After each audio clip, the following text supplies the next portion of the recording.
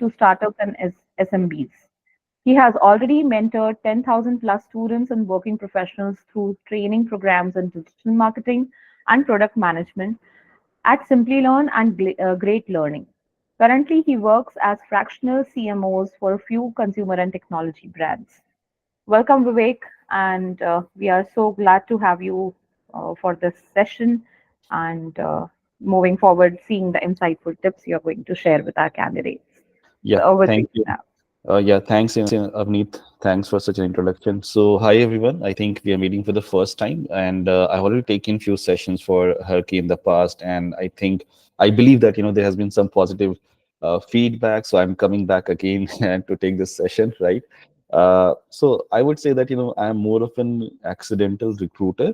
Okay, so I'm not like a very specialized recruiter in that way. Like I don't have a background in, let's say, recruitment since the initial part of my career, but recruitment happened as a part of my career eventually when I started working with the clients and the brands, and they wanted trained resources to be hired for them, and eventually I had to hire people from my team and so on and so forth, right? So I have learned everything practically, and so I'll try to give you a glimpse more from my you can say industry experience and practical experience that I had when it comes to recruitment, right? So yeah, and of course there would be some basic fundamental concepts that I'm going to talk about, and you're free to ask any questions at any point of time. I'll give you enough time to ask questions in between and also towards the end of the session, right? Yeah.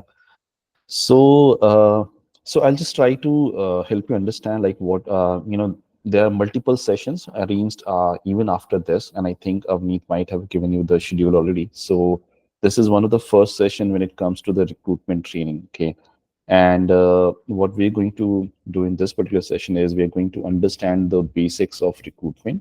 Okay, and then this is the agenda that we have set up for this particular session, and then we have another session in line with this, which will be like continuation of the same, but with some other concepts, right?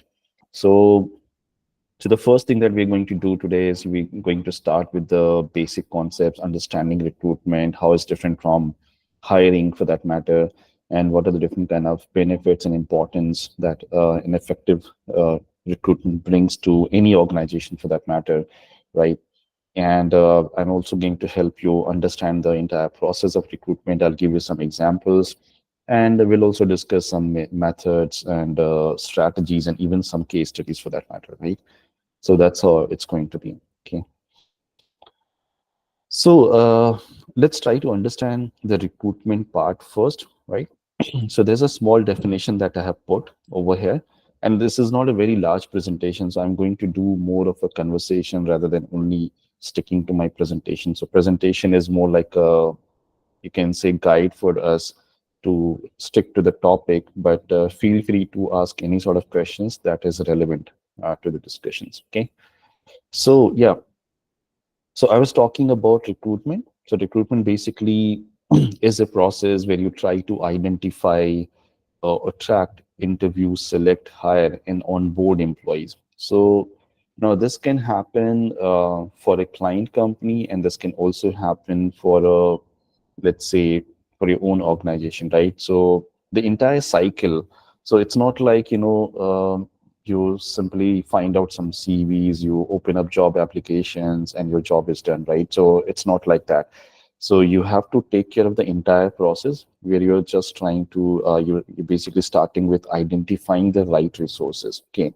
So now this is very, very important and critical. And in line with this, we are going to talk about another topic very soon, like, a couple of days in time, where I'll help you understand more about job requirements, specifications, etc., and how it's going to help you in the recruitment process, right? So, now what do you mean by identifying? Okay. Now, let's say you want to hire for a sales profile. Okay. So when you're hiring for a sales profile, so there will be certain key skills, qualifications, or maybe let's say there are certain uh, you can say personality attributes and so many other things that you think are very important uh, for that particular position or that particular employee, that they must have these kind of things, right? So it's very important that you have a very clear and robust process of identifying the talent that you're going to hire. It's not that you're going to approach everyone, right? So you must set up some criteria and try to identify the people who are supposed to be hired by you, or at least they fit into that hiring criteria for your company. Okay. Now, the second step would be attracting this particular set of people who are probably applicants in the beginning, right? So now everyone needs a very strong reason for an employee. Some of them, it could be the brand which they are working with. So maybe your company's brand is very important for them. Maybe for someone, the work-life balance is very important. Maybe for someone, the compensation itself is the biggest motivation factor, or maybe the location and so many other things, right? So you might have 1,000 eligible applications, right? And you might not be able to attract, let's say, 900 of them, maybe because what their priorities are not matching with your company's priorities, or at least in this case, the recruiter's priorities. Okay. So attracting the right audience, I would say, right employees is also very important part of this. Okay, because this will help you in filtering out the relevant candidates for the entire process. And this is where the hard work begins, where you spend a lot of time with each of the candidates while trying to interview them. A lot of companies might have multiple layers of interviews, let's say 3 rounds of interview, 4 rounds of interview, including the HR or the technical interviews and all, right? So all of these are part of the process. And the next step, the obvious step would be to select some of these prospective employees and then guide them on the entire hiring and onboarding process. Some of them might be successful, some of them might not work. Okay. Again, depending upon whether there's a fit between the candidate and the company for that matter. Okay. Right. So as I mentioned, that it includes almost everything. So it involves everything from the identification of a staffing need to fulfilling that position. Okay. So I hope you understand what do we mean by recruitment. If you have any questions, you can ask me before I move on to the next slide.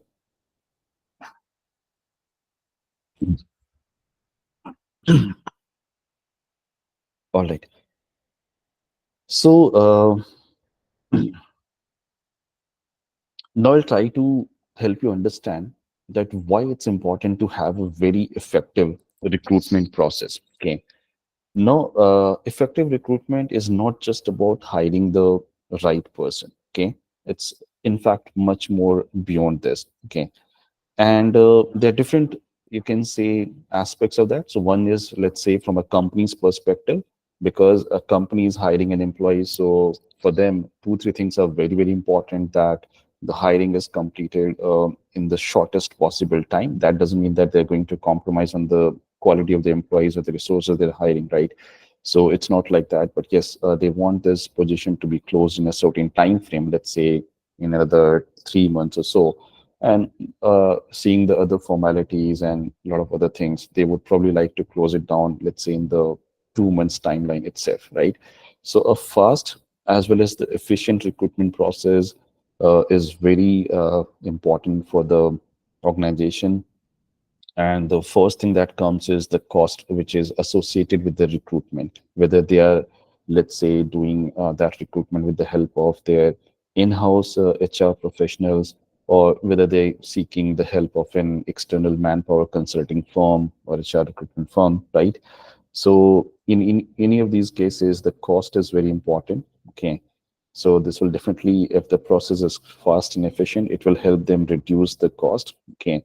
Now, another very important thing is that a company's reputation is also dependent upon their entire hiring process. How the hiring was not only smooth, but also how it was very efficient and quick. Like I have heard a lot of examples of companies making candidates wait for, let's say, 6 months or even 12 months. They are done with the process, they're not sending the replies and all that thing. But it in a way it also damages the reputation of that company, because these candidates are going to talk about this company in the market and tell them, okay, they just interview you, but they don't give you the answer. They are making you wait. and while you're looking for other opportunities, right? And tomorrow, let's say, even after 6 months or 12 months down the time, if they decide that they want to come back and pick this candidate, okay, so the candidate might not be ready. Maybe that person is reluctant to join the company, or maybe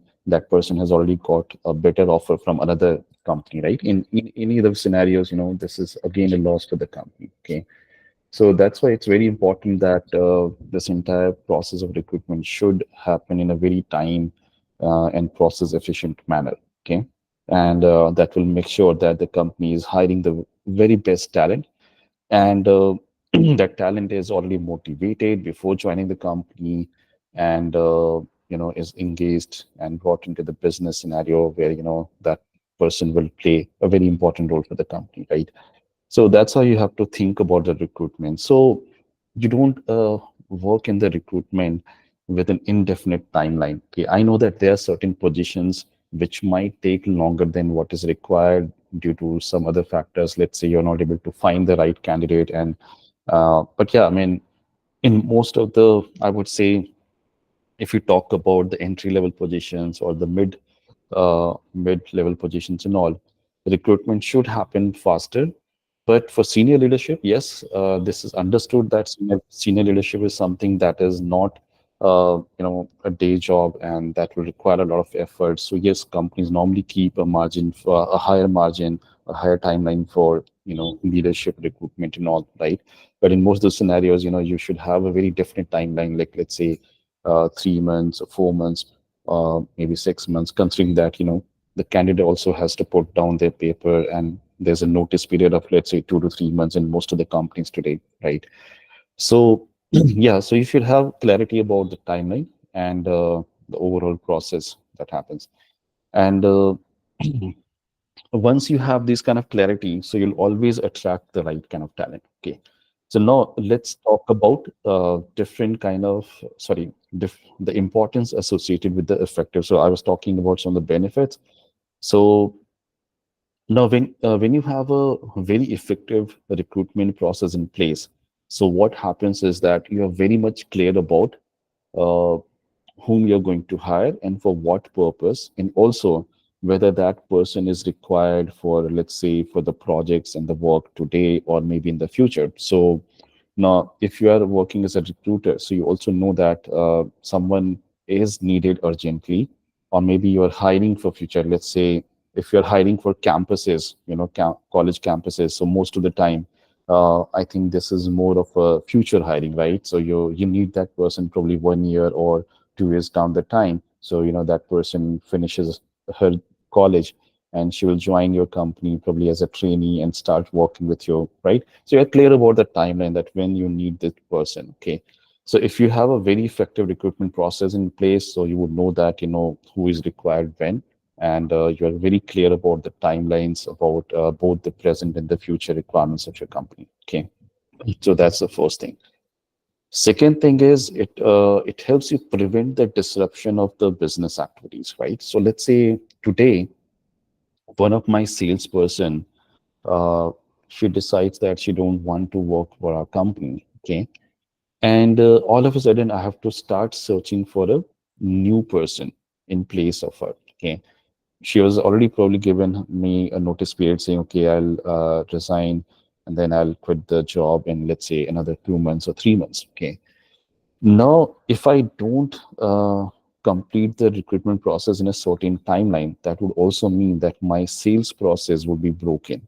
So that means that it's a part of one of the most important business activities that I have in my organization, and this is going to be disrupted because of this kind of position. So when you're hiring, so you also have to calculate things like what is the usual attrition rate. Let's say for your entire company, maybe for a department, for maybe a department like sales might have you know a higher attrition rate as compared to, let's say, maybe in the IT or some other department of your company, right?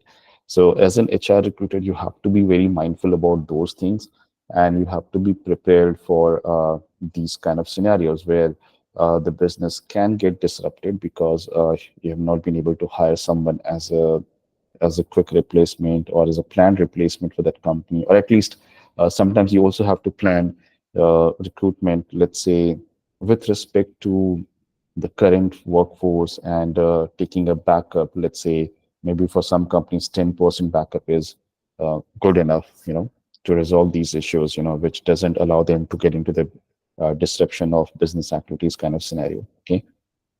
So yeah, this is very important point.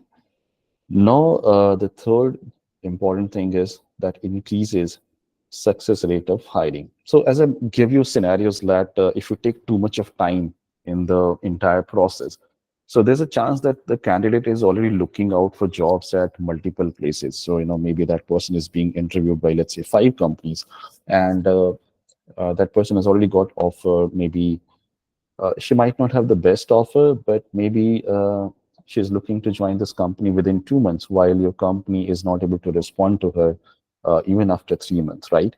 So she'll probably go for that another company which is ready to hire her quickly, instead of making her wait for that time period, right? So this is always the scenario when you hire quickly. There's a higher amount of chance that the candidates would opt for the company which gives them, quick joining. I mean, it's not a 100% kind of thing, but yes, the success rate is always high if you have a very time efficient process. Okay. Now, coming to the fourth point, which is expanding the talent pool. So, as I mentioned, that most of the bigger organizations and a decent sized organization, they always plan for the backups, and they always keep grooming the talent. Okay, so it's not just the current requirements of your company, but also about the future requirements, right? And when you hire people from a certain background, let's say if I go and hire MBAs, right, and maybe I might not have thought about that, the kind of profiles they're being associated with, but I know that, okay, what kind of caliber and what kind of skills these people can bring, right? And based on that, I can plan maybe training programs. I can plan uh, their skill upgradation, a lot of things, so that they are prepared for something else. Like maybe we are planning to launch a new business vertical altogether.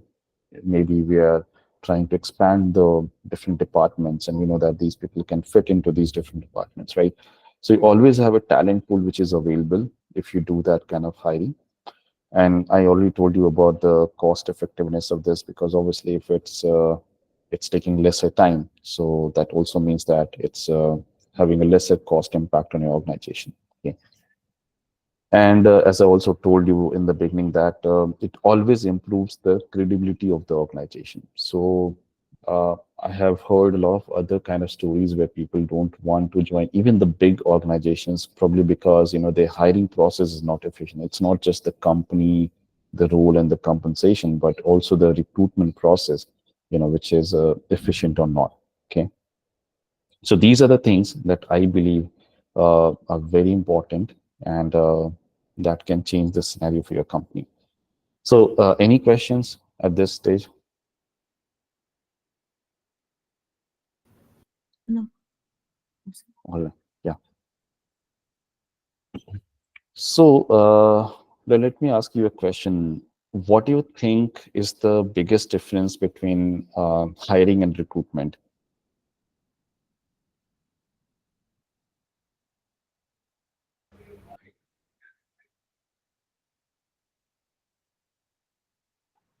Hiring is giving we are taking interview based on that. Whereas recruitment, it is based on exams like that, based on exams. Not really. I don't think that. See, I mean, every company can have their own hiring process. They can probably take exams, and then they can have multiple rounds of selection, right? So I think it's a very subjective thing to say that only the exams and interviews are the differentiator between the hiring and the recruitment process. Okay, I don't know exactly, sir. Just I'm thinking. I don't Sorry. have that much idea. Okay, I'm okay, just okay. asking you, sir. Yeah, okay, you're asking basically.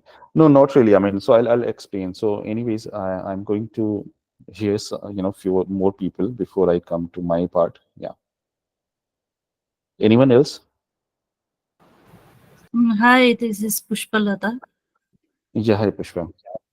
According to me, recruiting is like finding and attracting potential job candidates, and Mhm. hiring is like selecting and onboarding the chosen candidate.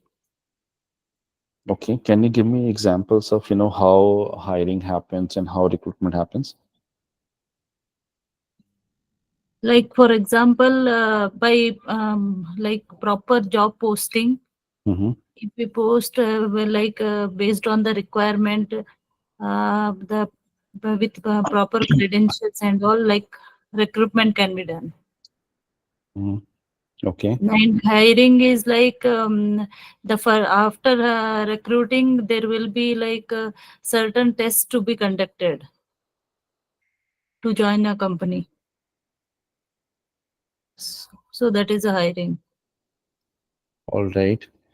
I think I see a lot of people talking about test, exams, interviews. Yeah. Any Yeah, other I have answer? something to say.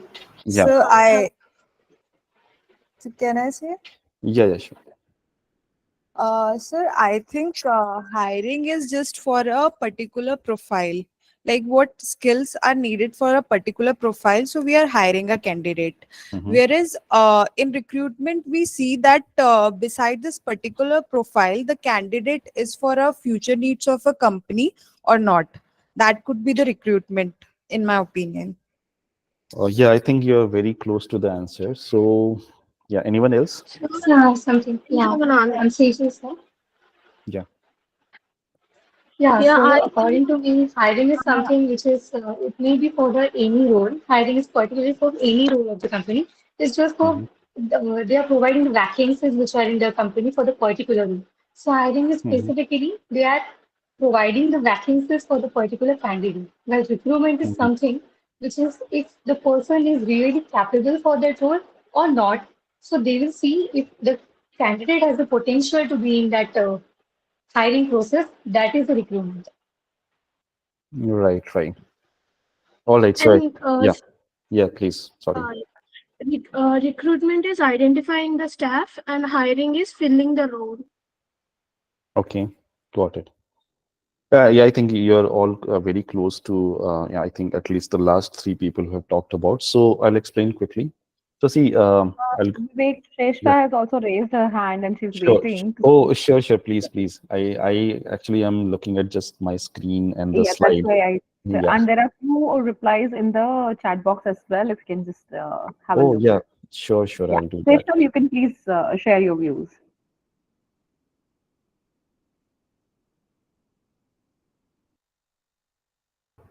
Shrestha, you there?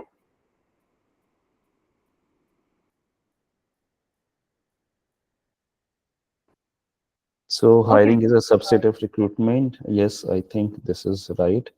Hiring is also to fill a role. I think that is already spoken about. Recruitment considers future and present requirements of company. Hiring is about. Okay, great. Yeah, I think yeah, uh, everyone has already answered a lot of good things. Yeah. So I'll quickly explain.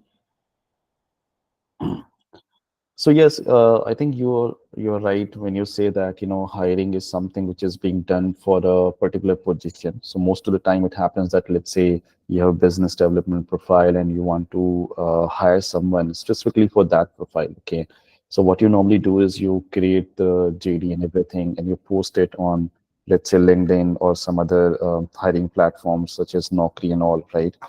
Including Jobs for Her for that matter, right? And once that is there, so everyone starts applying for that particular job position, and you expect people uh, who already have very similar kind of experience or orientation to be hired for that particular position, right? Now when it comes to recruitment, so you're not looking at someone who is one dimensional. So let's say you're most of the time, when you think about recruitment, you're also thinking that maybe this person can take up, let's say, multiple hats, or maybe that person has enough capabilities or experience to switch the roles wherever required. With maybe it could be across the domain or departments, or you know, it could be like some overlapping roles and all that kind of thing. So you basically think about more of a person, right? And you think about that who could be the best person. Let's say someone who has, let's say you are a telecom company, So maybe you would like to hire someone who has been in the telecom industry for 15 years. No, you might not be 100% sure whether this is the best guy for operations or sales or marketing and all, but you probably believe that, okay, this guy is probably so much of experience. Maybe he has the potential to become a future CEO for your company, or maybe some other, top position for that matter. So you start thinking in those lines and you think about, the person qualities, and their skill set, qualifications, everything, and you think that this person can do justice to a lot of things, not just that particular role for which you're hiring. Okay. And sometimes it also, like, it happens a lot in the startups these days. So when you hire for a startup, you are probably looking for a very multi-dimensional kind of person, because in a startup the roles are quite overlapping.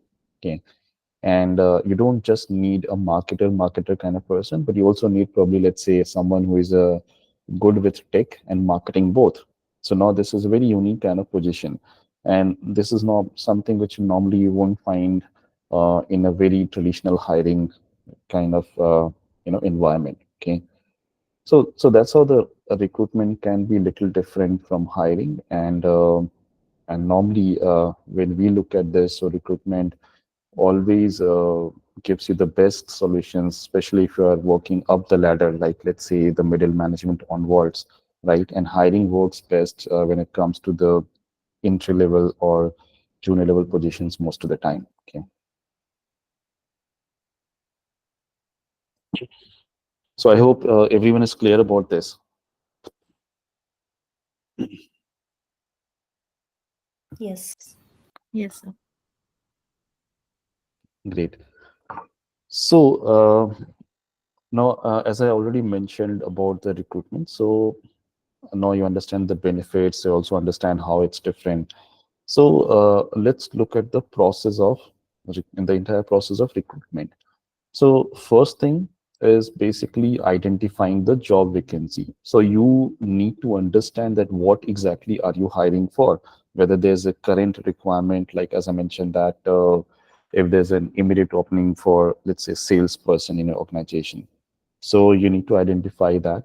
Or there might be a possibility that you're not recruiting a person for a current requirement, but you also understand that business is growing. And let's say you might need a sales head. So maybe currently you have some open positions for sales executive or sales managers kind of roles, right? But down the time, let's say 1 year down the time, you also anticipate that you will probably have a team of 20 salespeople, and you need a sales head to look after them. So that's like predicting the future recruitment or job vacancy for that matter, right? So that will decide whether you're hiring for the current scenario, like current job vacancies, or possible job vacancy in the future. Okay. So this is the first step of identifying the job vacancy, and based on that only you will plan the recruitment. That what kind of person, from where that person has to be hired, whether that person needs to be fresher or experienced from the campus, outside campus, and so on. Okay. Now, the second step in the recruitment is analyzing the job requirements itself. Okay. So now, when you're drafting a job description and defining a job role, right?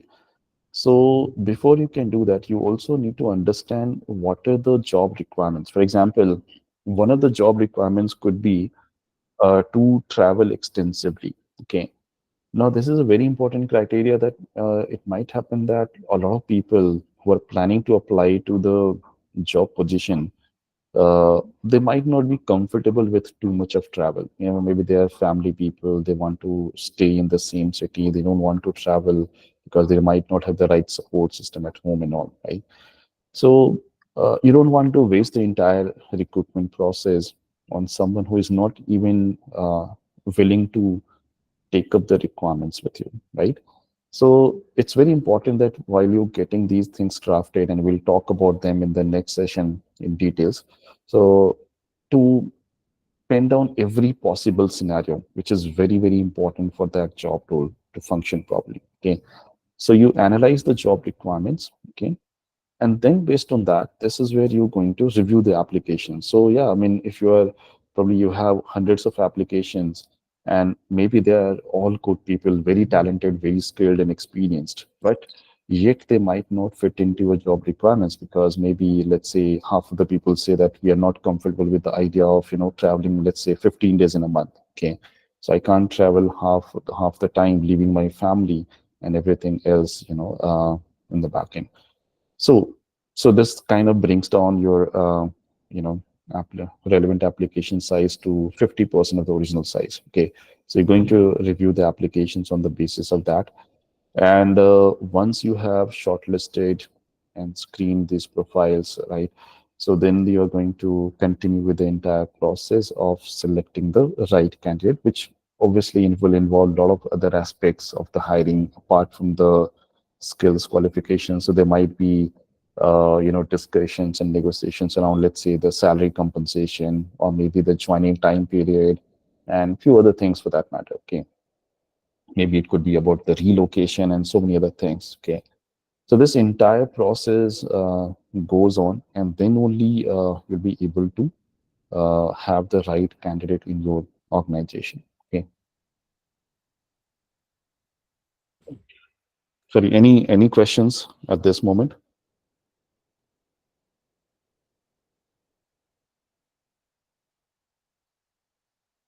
Okay, so now you understand the process of recruitment.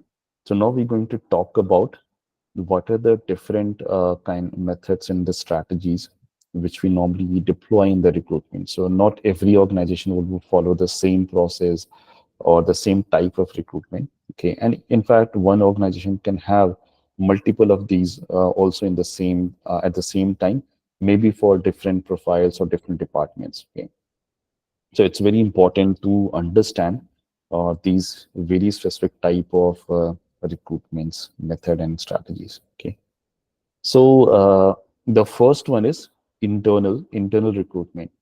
And so internal recruitment is very simple. Let's say I have a job opening, okay, and let's say there's an organization. Let's take an example of Herky. So Herky has a job opening. Now, before reaching out to any external candidates, what they will do is the recruitment team would open this position internally to see if there's someone who is the right fit in the organization itself. Okay, that would also mean that they can reduce the hiring cost significantly, because in that case maybe there's a very capable person. Let's say that person is working in a different department altogether or maybe different role, but she's very keen of making a progress in her career. So it's like a win-win situation for the employees and also the employers, right? Because for employer the cost and the timeline is vastly reduced, and the best thing is the retention rate of the employee can be improved, because the employee also finds it very good that within the same organization she's able to make a switch in her career, probably to a better profile or designation, maybe to a different role that she has been trying for. So that's more like an internal recruitment method or strategy. Okay, and I have seen that most of the companies, when they hire for the leadership positions, they normally look out for the leaders within their organization, because they believe that these are the people who already understand their work culture. They already have the understanding of the processes within the organization. They've already proven their credentials and so many things. Maybe they have a very good rapport with the team members, other team members for that matter, right? So those kind of things play a very important role when it comes to the successful recruitment when you're going for an internal recruitment. Okay. Now, the opposite of that would be external recruitment. So external recruitment is more like saying, okay, maybe I don't see someone fitting into that role. Maybe everyone is already working in their roles and they're happy. So maybe I have lesser numbers in my team. I want to increase the team size, let's say from 1,000 to 1,500. So differently in this kind of scenario, I would go for an external recruitment, and I would probably post the job applications, sorry, job postings on the different recruitment sites, or maybe open up the invites from the applicants directly. Okay, so that's an external recruitment. Okay, so basically you're opening the position to anyone outside the organization.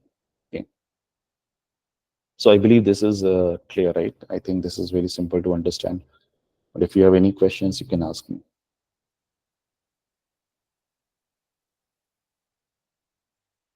Okay.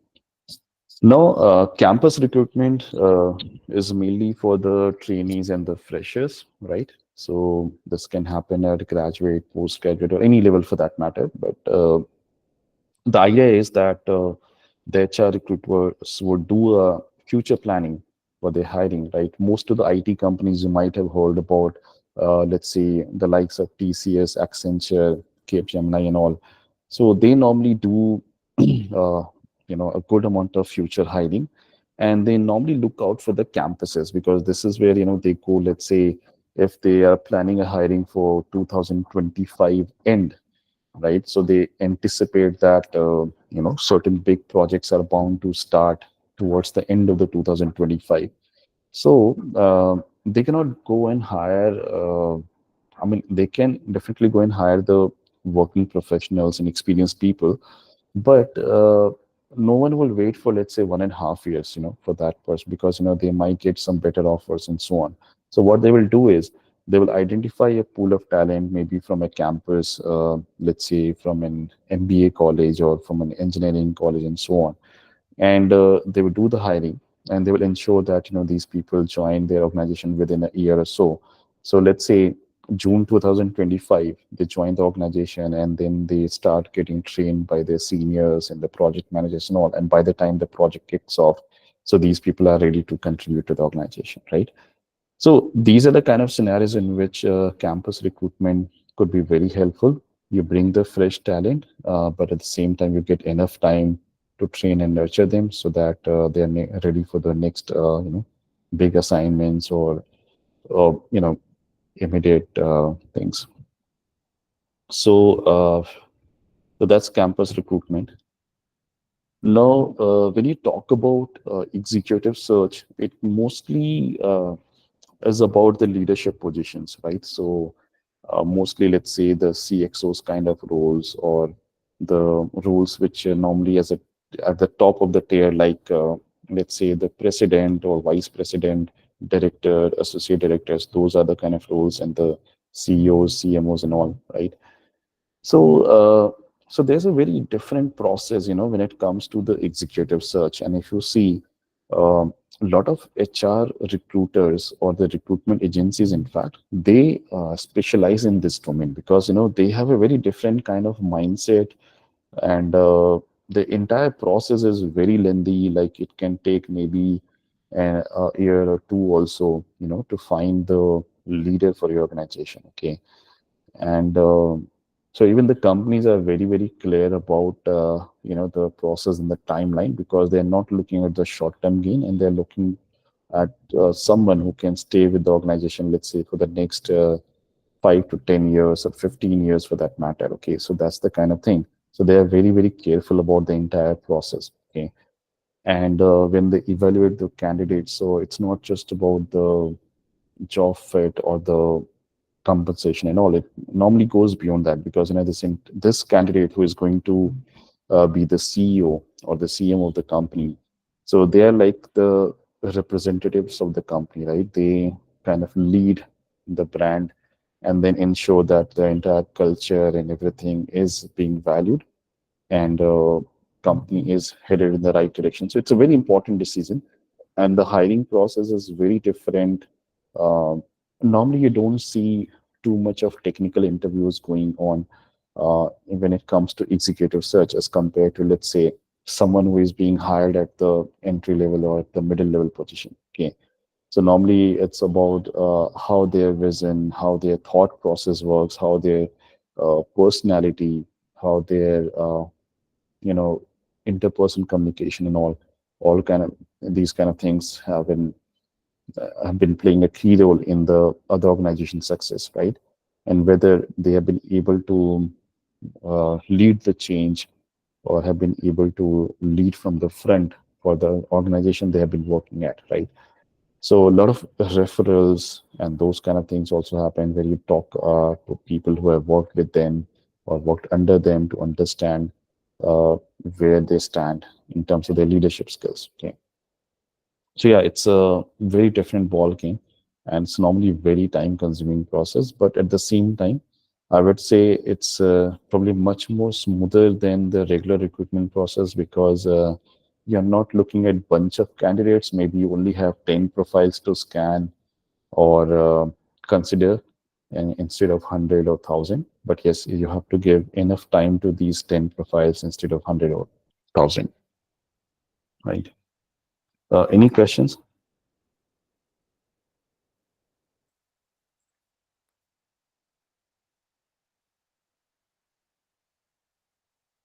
Okay, so nowadays, and yeah, as I mentioned that, these are not like the things to be simply selected as in just say yes or no to these things. Okay, so you're basically, just a second, I think someone has asked something, you know.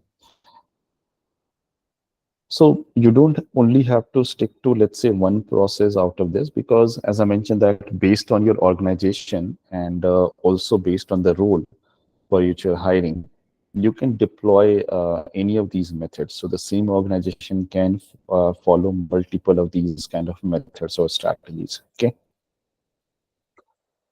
Now, remote recruitment is has been gaining popularity over the last 4 or 5 years, I believe. It was in place earlier as well, but it became more popular when COVID started, and a lot of the workforces have gone into the remote workforce kind of mode. So now this has become more of a norm, even though companies are rolling back these remote work opportunities. But yes, there are a lot of remote work positions, and when you do a recruitment for remote work positions, so every company might have their own, you can say, preferences for why they want to hire someone for a remote role. Okay. Now, I'll just give you 3, 4 different scenarios one by one, and so that you can be clear about that this is nothing to do only with the job role, right?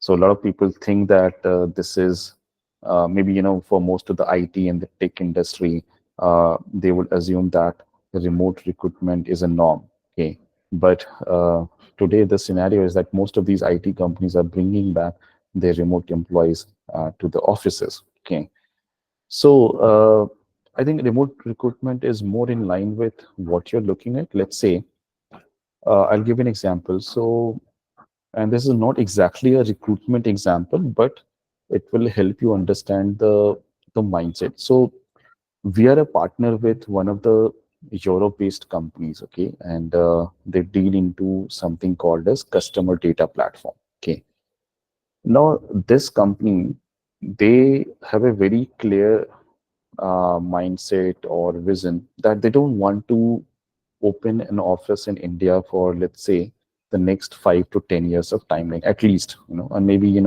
if they, so what they were looking for a suitable partner who can work with them in a remote kind of environment and yet bring business to their company. And that's where, like, I was considered, or my company was considered for that kind of partnership with them. Okay. So we have been recruited by them for a remote kind of environment, and wherein, we are probably working on their behalf in the Indian market to bring business, right?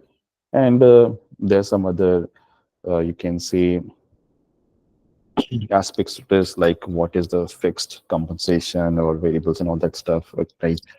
So for them, it's a must thing because they know that setting up an office in India, then hiring a team, all of these are very costly affair. Okay.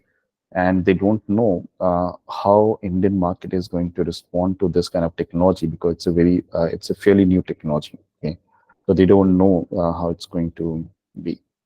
So for them, it works because they don't have much to lose over here. Okay, and they can still enter into multiple markets with this kind of strategy. So tomorrow they can go to some other country and hire a few more people, maybe as a partner, or maybe as a freelancer, and so on, right? So that could be one of the scenario. Second could be on the basis of, let's say, the job role itself. Okay, so let's say there's a technical support role, okay, wherein the tickets are being raised by the customers, and there's a support executive whose job is to resolve these tickets and provide a solution to the customers. Okay. Now, the only thing that they need and access is the company's help desk and the CRM through which they receive the tickets, and then they start solving that issue. Okay. And their queries are defined that you need to solve, let's say, 50 queries every day, or maybe 30 queries every day, and so on. Okay. So now, even in a scenario like this, there's a clear mandate that what that person has to do, and then they're doing like the work remotely. Now, third scenario could be like maybe you're a startup or a small company, and yet you want some kind of diversity. Maybe you need people from different geographies, right? But you have the limitations that you cannot open an office in each of these geographies. Okay, so all of these kind of things, and there could be many more scenarios. So that kind of um, you can say makes a strong case for the remote recruitment. Okay, any questions, by the way? See, I don't just want to keep talking. So wherever required, you can ask questions. You can even add some value. I don't mind hearing some interesting points from any one of you. I mean, I think that would be a good learning for me and the other candidates also. Excuse me. Yeah. Yeah, I'm Swati. Actually, can you give me one more example for the remote recruitment? Yeah, sure. Swati. So yeah. So now a lot of, you can say, work in the IT industry specifically. So they can be done by, simply having a laptop, right? So for example, even if I'm working as a trainer with Herky, so it's not that I'm going to Herky office and conducting this training, right? So I can do this training right from my home, and I can simply use the laptop and impart this kind of training.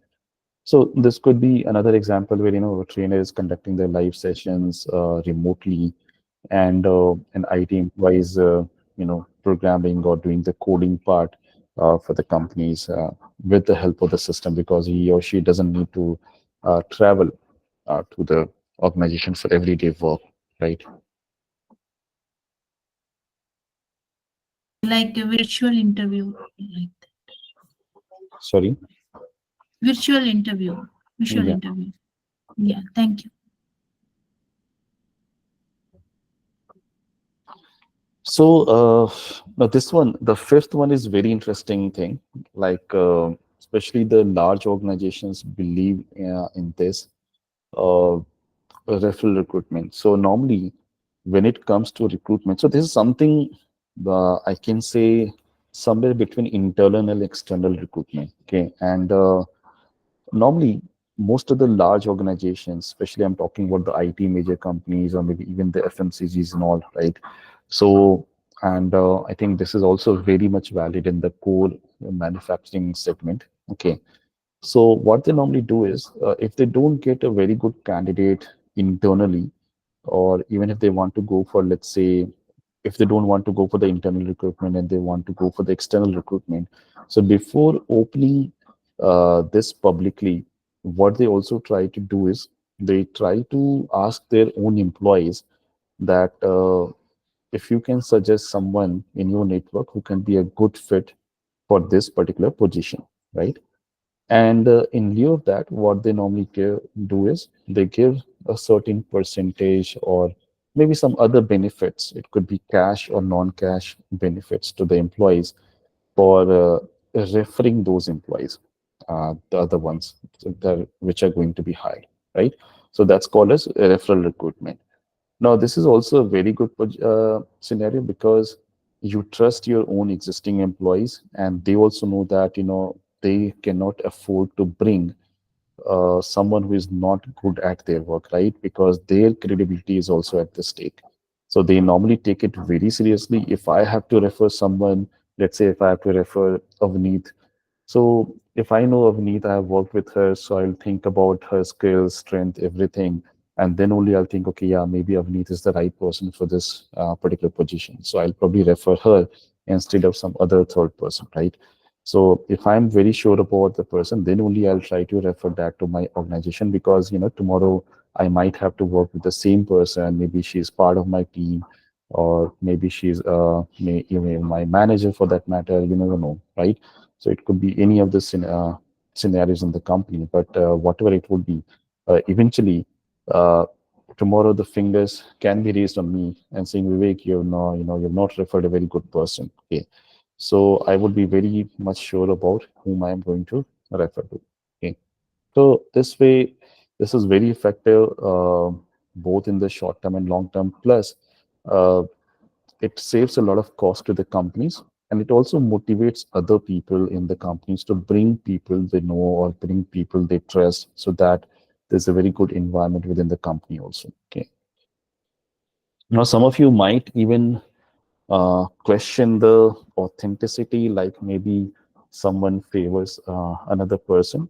Okay, but even if you favor someone, and then refer that person, you surely know that person's capability. If you're not sure about the capabilities of that person, so you'll probably not like to refer that person. Okay.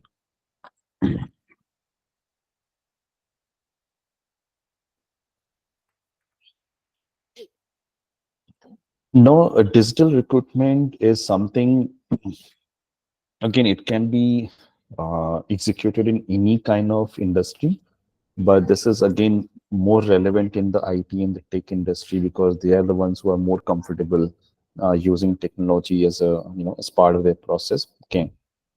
So there could be different kind of digital recruitment scenarios. So I'll give you one scenario which is very popular in the tech industry. So these days, a lot of hiring platforms they allow you to interview candidates using a cloud-based application. Now, what this cloud-based application would do is they will try to measure the candidates on the different parameters. Now, these can be different things like let's say if you want to test the coding skills of a person. Okay, so the tool already has a capability wherein there's a interface. There's an interface where someone can code, and they can code in the live environment. So they cannot do any kind of cheating. They cannot Google. They cannot do any kind of thing. So the tool, that particular application is already analyzing the behavior of the candidate because that person is sitting right in front of the camera. Their behavior can be analyzed whether they're looking at notebooks or some other screens and so on. Their own computer screen is frozen, and it's only stick. They will only stick to that one particular screen where they are being interviewed, and so so there could be different kind of environments when it comes to digital recruitment. So it could be as simple as having a video call between the two candidates, the candidate and the employer, or it could be something like this, wherein they analyze your behavior, analyze your coding skills, analyze your aptitude or whatever. Okay, so this is more of a digital recruitment process. Okay, any questions or any inputs? Vivek, can you just throw more insight into digital recruitment? Yeah. So see, the idea is that first thing, it's called as digital recruitment because it basically tries to cut down on the physical processes, right? So if I have to, let's say, travel for job interviews from, let's say, from Mumbai to Bangalore, so that's a cost time, and a lot of other things involved, hassles for company, employees, everything, right? So it could be because of that, the companies are, switching to more of digital recruitment kind of mode, like having video calls and all that stuff, right? Now, this could be based on the criteria of the job. Like, so just to give an example, in the tech industry, now, if you ask the candidates, so there's something called as GitHub and GitLab, which are normally the code repositories. Okay. So basically, any programmer can store their source code in these kind of repository. Okay. Now, I have seen personally that when I'm going to recruit someone, so they have very fantastic codes and all, as part of their GitHub repositories. Now, these codes could have been copied from somewhere else, and they could probably would have gone through the comments and everything to understand how they function also. So they might not have written the code, but I as a recruiter don't know whether that source code is actually written by him or her or not, right?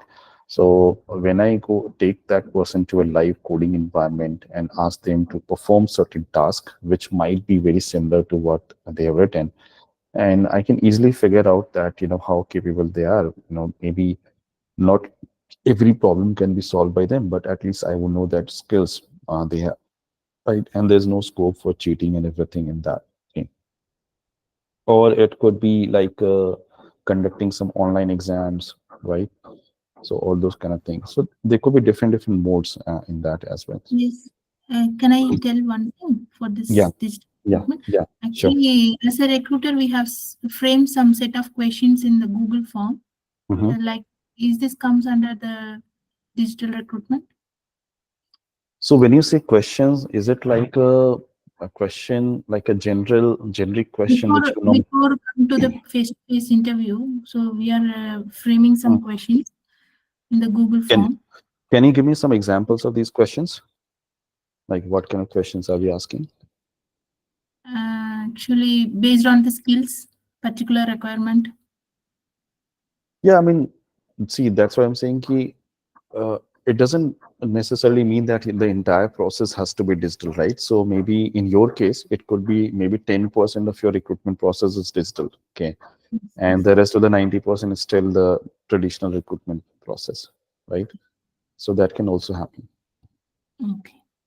Yeah.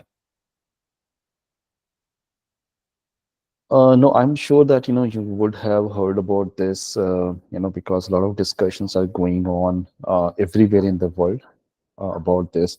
So diversity and inclusion recruitment. Okay. So now with diversity, initially it was thought that it was only meant, uh, to hire, let's say, more women and so on. But diversity actually goes beyond the gender thing. Okay, it's not just the gender that is an important criteria when it comes to building a very diverse team and inclusive team for your company. Okay, so what you try to do is, as a good recruiter, you will think about multiple parameters. So gender, of course, could be one of the things, because of course we see that there's a huge gap, gender gap in the industry. It doesn't matter which industry you're talking about. Okay, so most of the job roles traditionally have been defined in a way that either suits one gender more than the other, or they have been recruiters have been biased to hire them, in that way. Okay, so that's one. Second thing could be about the orientation, right, of that person. Then there could be like the mobility aspect of the person, whether that person is disabled and with special abilities and all that kind of thing.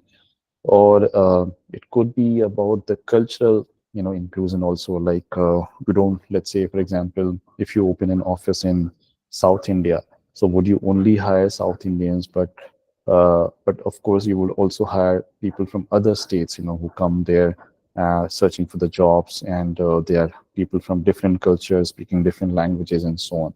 So diversity and inclusion normally focus on all the aspects of uh, people who are being hired, instead of just the gender part. Okay. So when you're hiring, when you're doing this entire process of recruitment for your organization, so you have to be very, very clear about your target goals. Most of the time, the recruitment teams are also given targets. Let's say that we want at least 25% women in our team. Okay. Now the next question you might ask is, uh, what if we don't have enough uh, can say skilled people in that range, let's say. So let's say we are only able to hire 20% women. So what happens to the rest of the 5%? So it's not like a, reservation kind of thing that obviously company is here to do the justice and do the business and then do the justice to these kind of policies and everything. So there's a chance that recruitment process would still continue, and the rest of the 5% positions can be fulfilled by some other individuals who might not belong to that particular criteria of gender or any other parameter that the company has opted for. Okay. Yeah, I think someone has raised her hand. Hi, sir. I'm Yogita. Yeah. For example, if a BPO wants some people who's speaking in who want like the people who speaks who are fluent in Hindi or Hmm. only in Tamil, that comes under this diversity inclusion recruitment for See, hiring the people in particular language.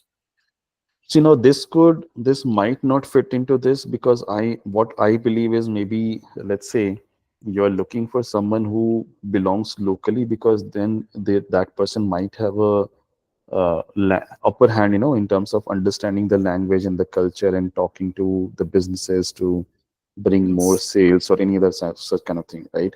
So this is more of a job requirement, I would say. Okay, so let's say to know a language, let's say English or Hindi and so on. Okay, when it comes to diversity and inclusion, it's based on bringing the cultural mix in the teams, within the teams, right? So we don't want a one-dimensional team for that matter. You want people from different geographies, different culture, languages, different profiles, gender, and so on. Just because everyone will bring their own perspective. So job requirement is one thing, but this is very different from what you're talking about. Okay, thank you, sir.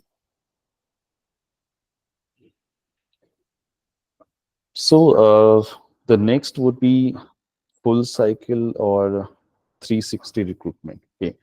No, no, I want you to answer this question for me because, sorry, this explain this part to me because now that I've talked about so many different kind of recruitments. So if you can tell me what you understand from this particular thing, which is known as full cycle or 360.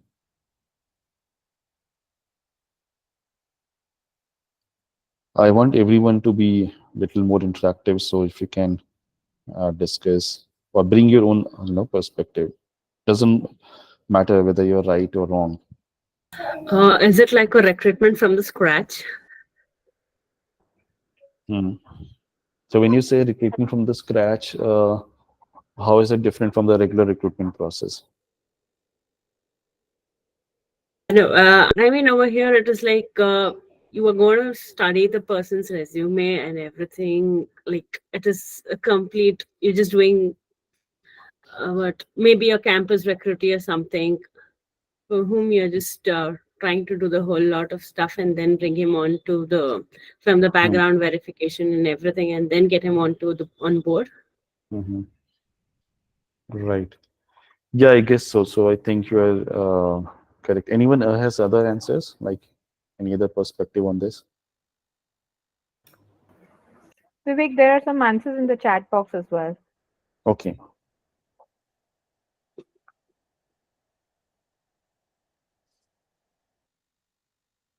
So year-long recruitment, end-to-end. Okay, these are the from recruitment to joining the company. Okay. End-to-end process of recruitment. Yeah. So pretty close. So yes, you're right. Like just as I think there are a few more answers. So full cycle is basically covering all the phases of of recruitment. Yes, Sir, right. So maybe it is. it's like, Hello, sir. going from step 1 to step 6, or what, how many steps are required. So it covers almost all the aspects. Yeah. Yes. Yeah. Please go ahead, Radna. Sir, it is Yes, based sir. on sets So, of requirements. I think there are two people speaking at the same time. Yeah. Ladies, you can Based go on one by one, sets please. of Aradhana, you requirements. can go first. yeah, hello, sir. Sir, Yeah. so basically, it is for the recruitment for every position, right? Mhm. Or No, not really. I mean, this has got nothing to do with every position, but it's more about the process itself. So I think a couple of you already said that it's like covering everything from the scratch, and yeah. Actually, it is based on 6 phases of requirement. Mhm. Like, can you give me examples? Uh, Screening, hiring, onboarding, like that, sir. Okay, yeah. So you're basically talking about different steps. Yeah. Single recruiter manages all aspect of finding and hiring the right candidate for a role. So that's a very interesting answer. So see, first, definitely this is like covering the entire process. So step 1 to step, like let's say 6 in this case. So all the steps are covered by either by the same recruitment team, or it could be about the same recruiter also.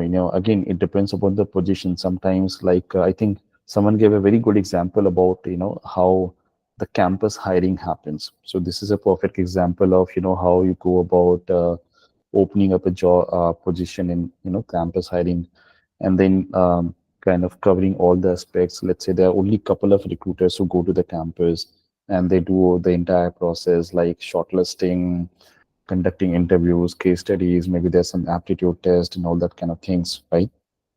So the entire cycle is being completed by someone, either by one person or maybe by the team. So that's also a very important aspect, because normally what happens is, in most of the recruitment scenarios, the recruitment team is involved in the process, okay, but they might not be able to control each and every step in the process. So when I say that, let's say they might not be involved in the interviewing process. Interviewing is done by maybe the department or the team lead for that matter. Okay. They are simply receiving the feedback for that matter. Okay. So all those kind of scenarios can also happen. So normally in the full cycle or 360 recruitment, we expect the same team to lead the entire flow. Okay. Now, the next one is ATS recruitment. So ATS is basically nothing but application tracking system. Okay. So if you go to most of the popular companies or big brands, so they normally have a career section, career section over there, right? So now in the career section, they have maybe an email ID, or maybe there's a form wherein you just enter some of the basic details and then you upload your resume. And sometimes they have a very extensive form, in fact, which allows you to put all the details relevant to the profile, or it might not be even a profile for that matter. Most of the time it's like they have a standard form, and maybe they have an email ID to which you have to send the resume. Okay. Now what these companies would do is, they're basically gathering applications. Okay. So there might not be a current job position which is open in their organization, but they are gathering resume, and maybe tomorrow, if let's say they want to hire for a certain position. So before opening that position publicly, what they will do is they will go to their application tracking system, and they will see there are thousands of resume over there. So maybe they will put up some kind of filtering criteria to figure out some relevant applications, and then they will try to reach out to these candidates to see if they are ready to be hired, or if they are fit for the organization and profile and so on. Okay. So even though this is a very old hiring system, but still helpful in a lot of scenarios, and most of the organizations still follow this. Okay. Any questions?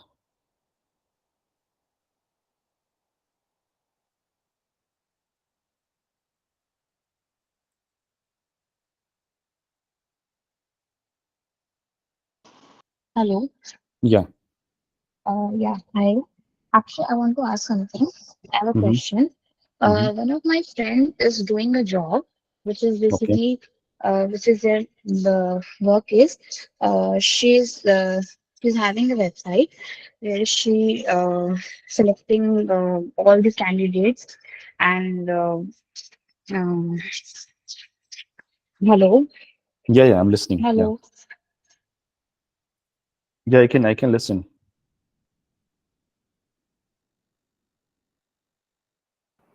I'm not sure.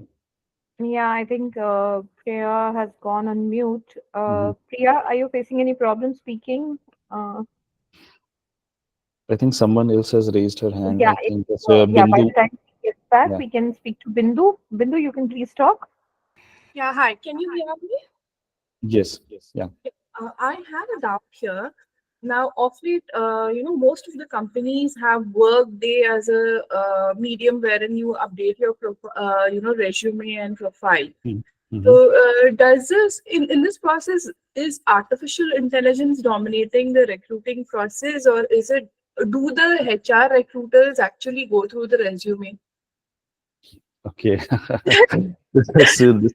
So this is a very, very specific question. So I don't know if I should give you a very generic answer representing all the HR fraternity for that matter. Okay. But see, I think, it depends upon the roles and the positions also. Okay. So let's say if I am Because some, as I see, oh, each mm, when I am not from an IT background, I'm from a pharma background, and I have a mhm, career gap of about 8 years, and I'm into mhm, demand planning.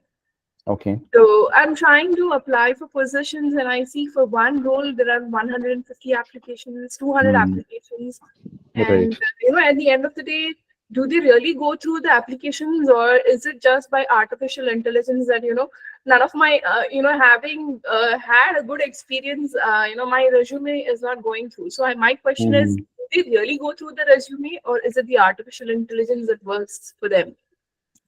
See, I think now with so many, different AI tools, and in fact, the traditional ATS systems also have lots of, filtering criteria and all. Okay, so I think it depends upon the volume of application also. So let's say if you're given a scenario like where, you have 150, 200 applications for the same position, right? And maybe there's only one single HR who is handling that position. Okay, so maybe for her, it will be very difficult if she starts going through the resume manually most of the time. But what I normally see, even though they do the filtering with the help of some ATS systems or AI tools for that matter, okay, what they also try to do is they will quickly skim through your resume and try to see if there's something relevant with respect to the job applications or not. Okay. Now, this is, I think, more of a tip to the people who are planning to get hired.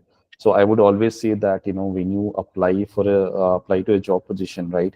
So read the job description, go through the summary of, requirements, skills, everything, qualifications and all, and try to do a mapping, as in, trying to include the keywords which are important for the recruiter. For example, uh, let's say a company is hiring for marketing analytics, or let's say in your case, it's a demand generation kind of role for which you want to get hired. Okay. Now, this company might have given something in the JD, which basically talks about some very specific things with respect to demand generation roles. So I don't know that yet, okay, because I don't come from that background. But let's say I'll give you another example wherein if I'll talk about marketing.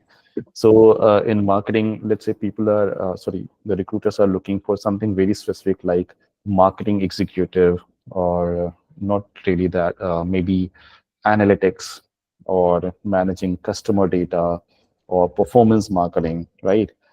So I would say that irrespective of whether it's being scanned manually or through the AI tools, the process are almost similar. It's just that the AI tool brings more efficiency as in terms of, faster execution of the process as compared to, let's say, someone who is reading these resumes manually. Okay.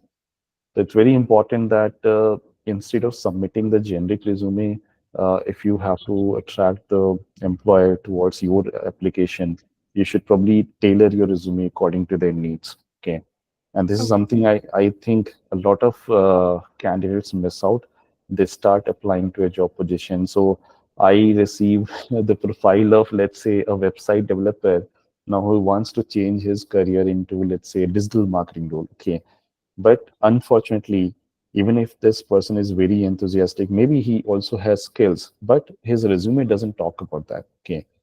So irrespective of whether I'm scanning it manually or through the tools, or this application will get rejected most of the time. Uh, Now there's another scenario. Let's say I only have 5 applications. Okay. So probably what I can do is I can do a screening call with these 5 applications or 10 applications, try to understand.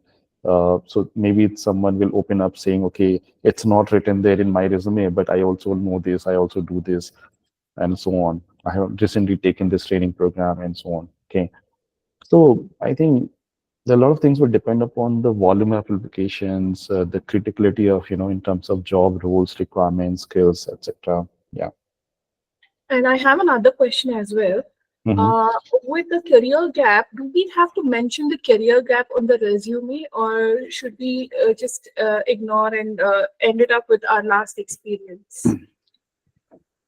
Oh, I think Avneet, you would like to answer this question if possible, because I think jobs for her gets a lot of candidates, I think, of very similar nature, right? I think you guys are the best to answer this question and probably guide the candidates also over here. Yeah.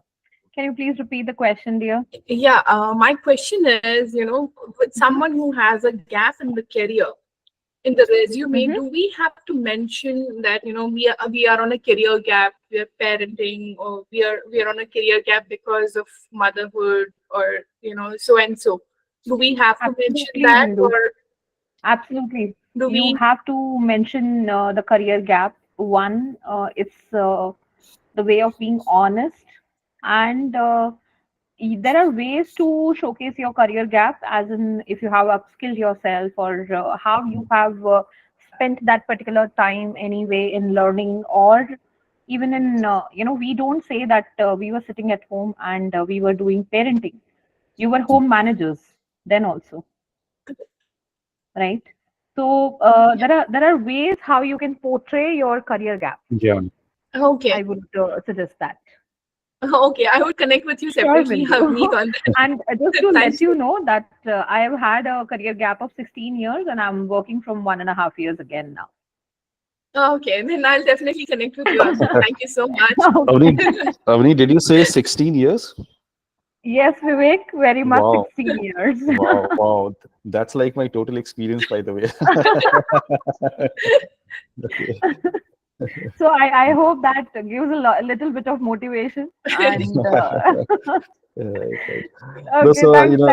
Thank you so yeah, much. yeah, thanks, Avneet. And I'm just adding a couple of points over here. So as Avneet rightly mentioned, and I agree with that, her also, like, it's always good to be honest, because eventually, see, the recruiters or the interviewer will find that out. Okay. Second thing is, when it comes to the career gap, you can always make it appear very productive. Like again, Avneet mentioned this thing. So I would say that any certification that you have done in those, let's say, 8 years and so on, maybe any kind of particular role that you have played, let's say in your family business, maybe supporting your husband or anyone in the, in your closer vicinity, right? So like all those kind of things, if you are upgrading your skills, and also all those kind of things can be highlighted. So basically, it should appear that, okay, you're not just sitting idle, you're doing a lot of job at home, for home, but at the same time, you're also taking care of your career. You're trying to learn something, you're trying to gain a different perspective, so yeah. And I would say that it should also be in line with the job profile to which you apply. Okay. For example, if you're applying for a marketing role, So somehow you have to say that in your resume. Maybe your previous experience doesn't talk about marketing, but the last 8 years of staying at home, you can always talk about, small things. For example, let's say there's nothing harm in saying, okay, you're probably doing some how home-based small business, and you were trying to promote these products to, uh, you know, a group of women or maybe a group of neighbors and so on. You have been able to generate some revenue, you've been able to promote it socially or through your WhatsApp and social media, like whatever, I'm just giving in one example. Okay. It could be anything like that. Okay. Even if you're doing a tuition for that matter, so don't hesitate to say that, okay, if you are teaching kids or so on, so just write it down and tell them, how you have been guiding, how you think that, you can take up a leadership position, because handling kids is not an easy job, right? Most of the people will probably freak out, or they will lose their patience, while handling kids. So you probably would be managing people better than a lot of other people for that matter, if you're applying for a managerial position. Yeah, right. Sir, I have a query. Yeah. So for what purpose, I mean, for what kind of candidates do we generally resort to ATS recruitment? See, I think it's a more of a generic kind of thing. As I mentioned, that it's like creating a bucket for your future job applications. Okay. So it's already there in one corner of your website. The career section is there, and it doesn't keep like there's no commitment to it, right? Like you're not saying that to the candidate that I have an open position and I'm recruiting at this moment. It's just that people think that, okay, their application is relevant to this company. I'll drop my resume. Maybe not today, maybe in future they will reply back and so on. Okay. So I would say it's more generic and based, and the companies normally look at that as a more of a bucket instead of identifying these things. But sometimes, yes, they might put it like, let's say, for sales opening, for example. This could be very specific to industry. Like, let's say, if you talk about the BFSI industry or and real estate and all, so their sales team, in their sales team, the churn rate is very, very high, as in the attrition rate is very, very high, right? So they know that every 6 months they would need salesperson at ground. Okay. Now they also need a continuous flow of the applications. So maybe in that kind of scenario, they can probably put 4 or 5 job positions which are frequently, hired positions, and they will collect the applications for them. Okay. But I think if you have a urgent opening or something which is very critical, so you would probably go for something like a job post, or different hiring, maybe a consulting firm for that.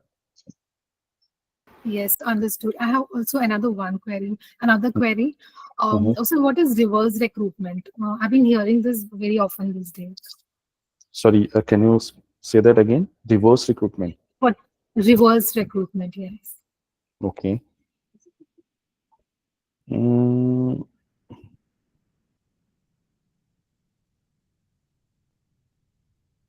well, how do I put it?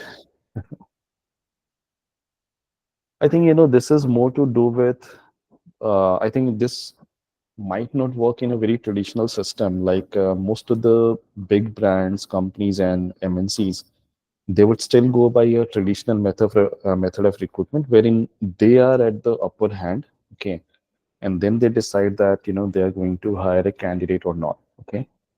Now, reverse recruitment is something opposite of that, wherein you can say the power of attorney goes to the hands of candidates instead of the recruiters. Okay. So it's like a completely opposite of it. So basically, candidate has more power to decide upon whether they're going to join the company or not. Okay. So this is not a very, very popular method, at least in a country like India. But in startup fraternity, yes, this works because a lot of time the startups would decide that who they're going to hire. Maybe let's say, for example, uh, I'll just give an example. Let's say one of the Swiggy co-founders, he decides to step down as the founding member of the company and he makes an exit. Okay. Now everyone knows that okay, Swiggy is a great company and they're probably looking at an IPO in the coming few years. And this guy who has built the company from the scratch, no one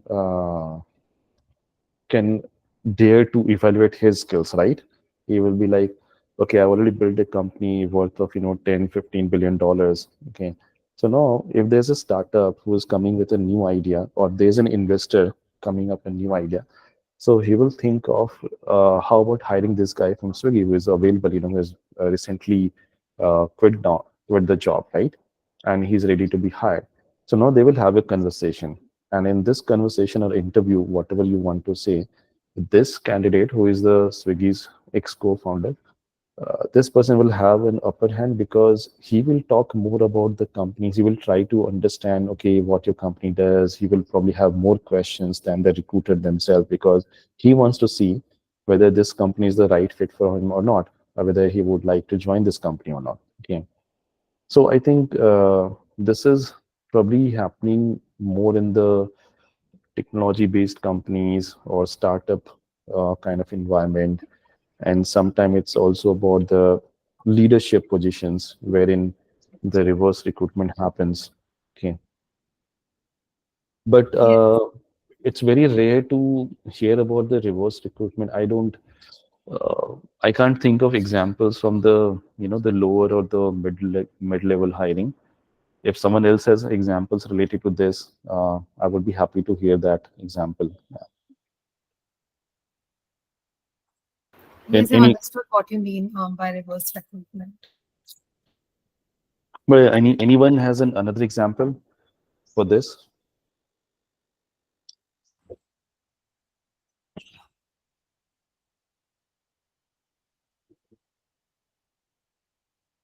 Okay.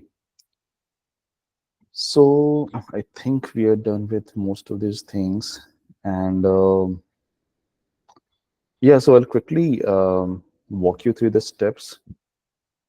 And then I think we'll talk about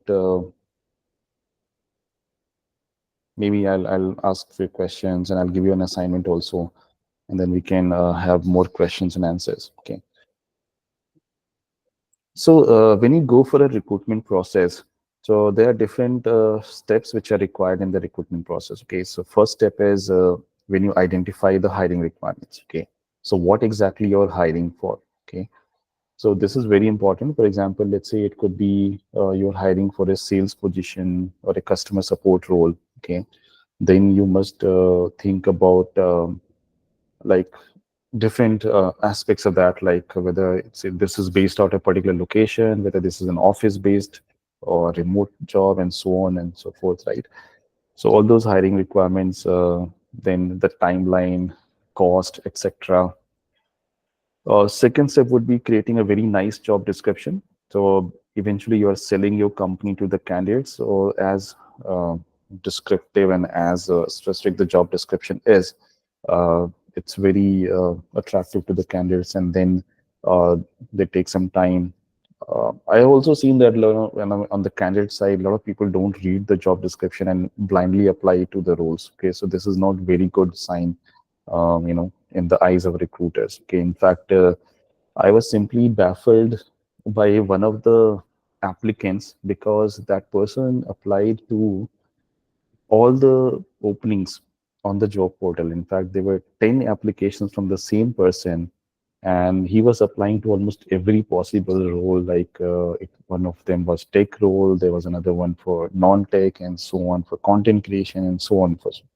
And I was really surprised that I mean, what exactly he wants. Okay, so the thing was, even though he was a fit for one particular job description, I would have considered him for that particular job position, but I couldn't because uh, I can see that he's applying blindly, to everything that comes his way. So that is also very wrong process. I think that's kind of making the job tougher for the recruiters. Okay, but as a recruiter, what you can control is having a very nice job description, which consists of all the job roles, requirements, skills, qualifications, And when you're writing about these things, so you will talk about these details in the next session, by the way.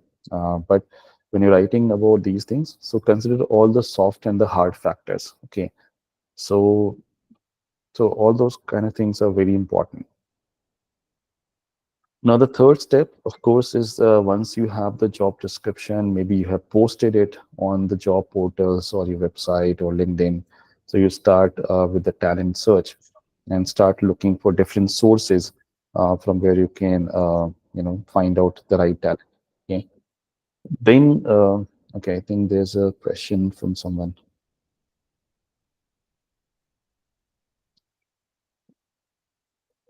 Yeah, I think Priya has raised her hand, right? So,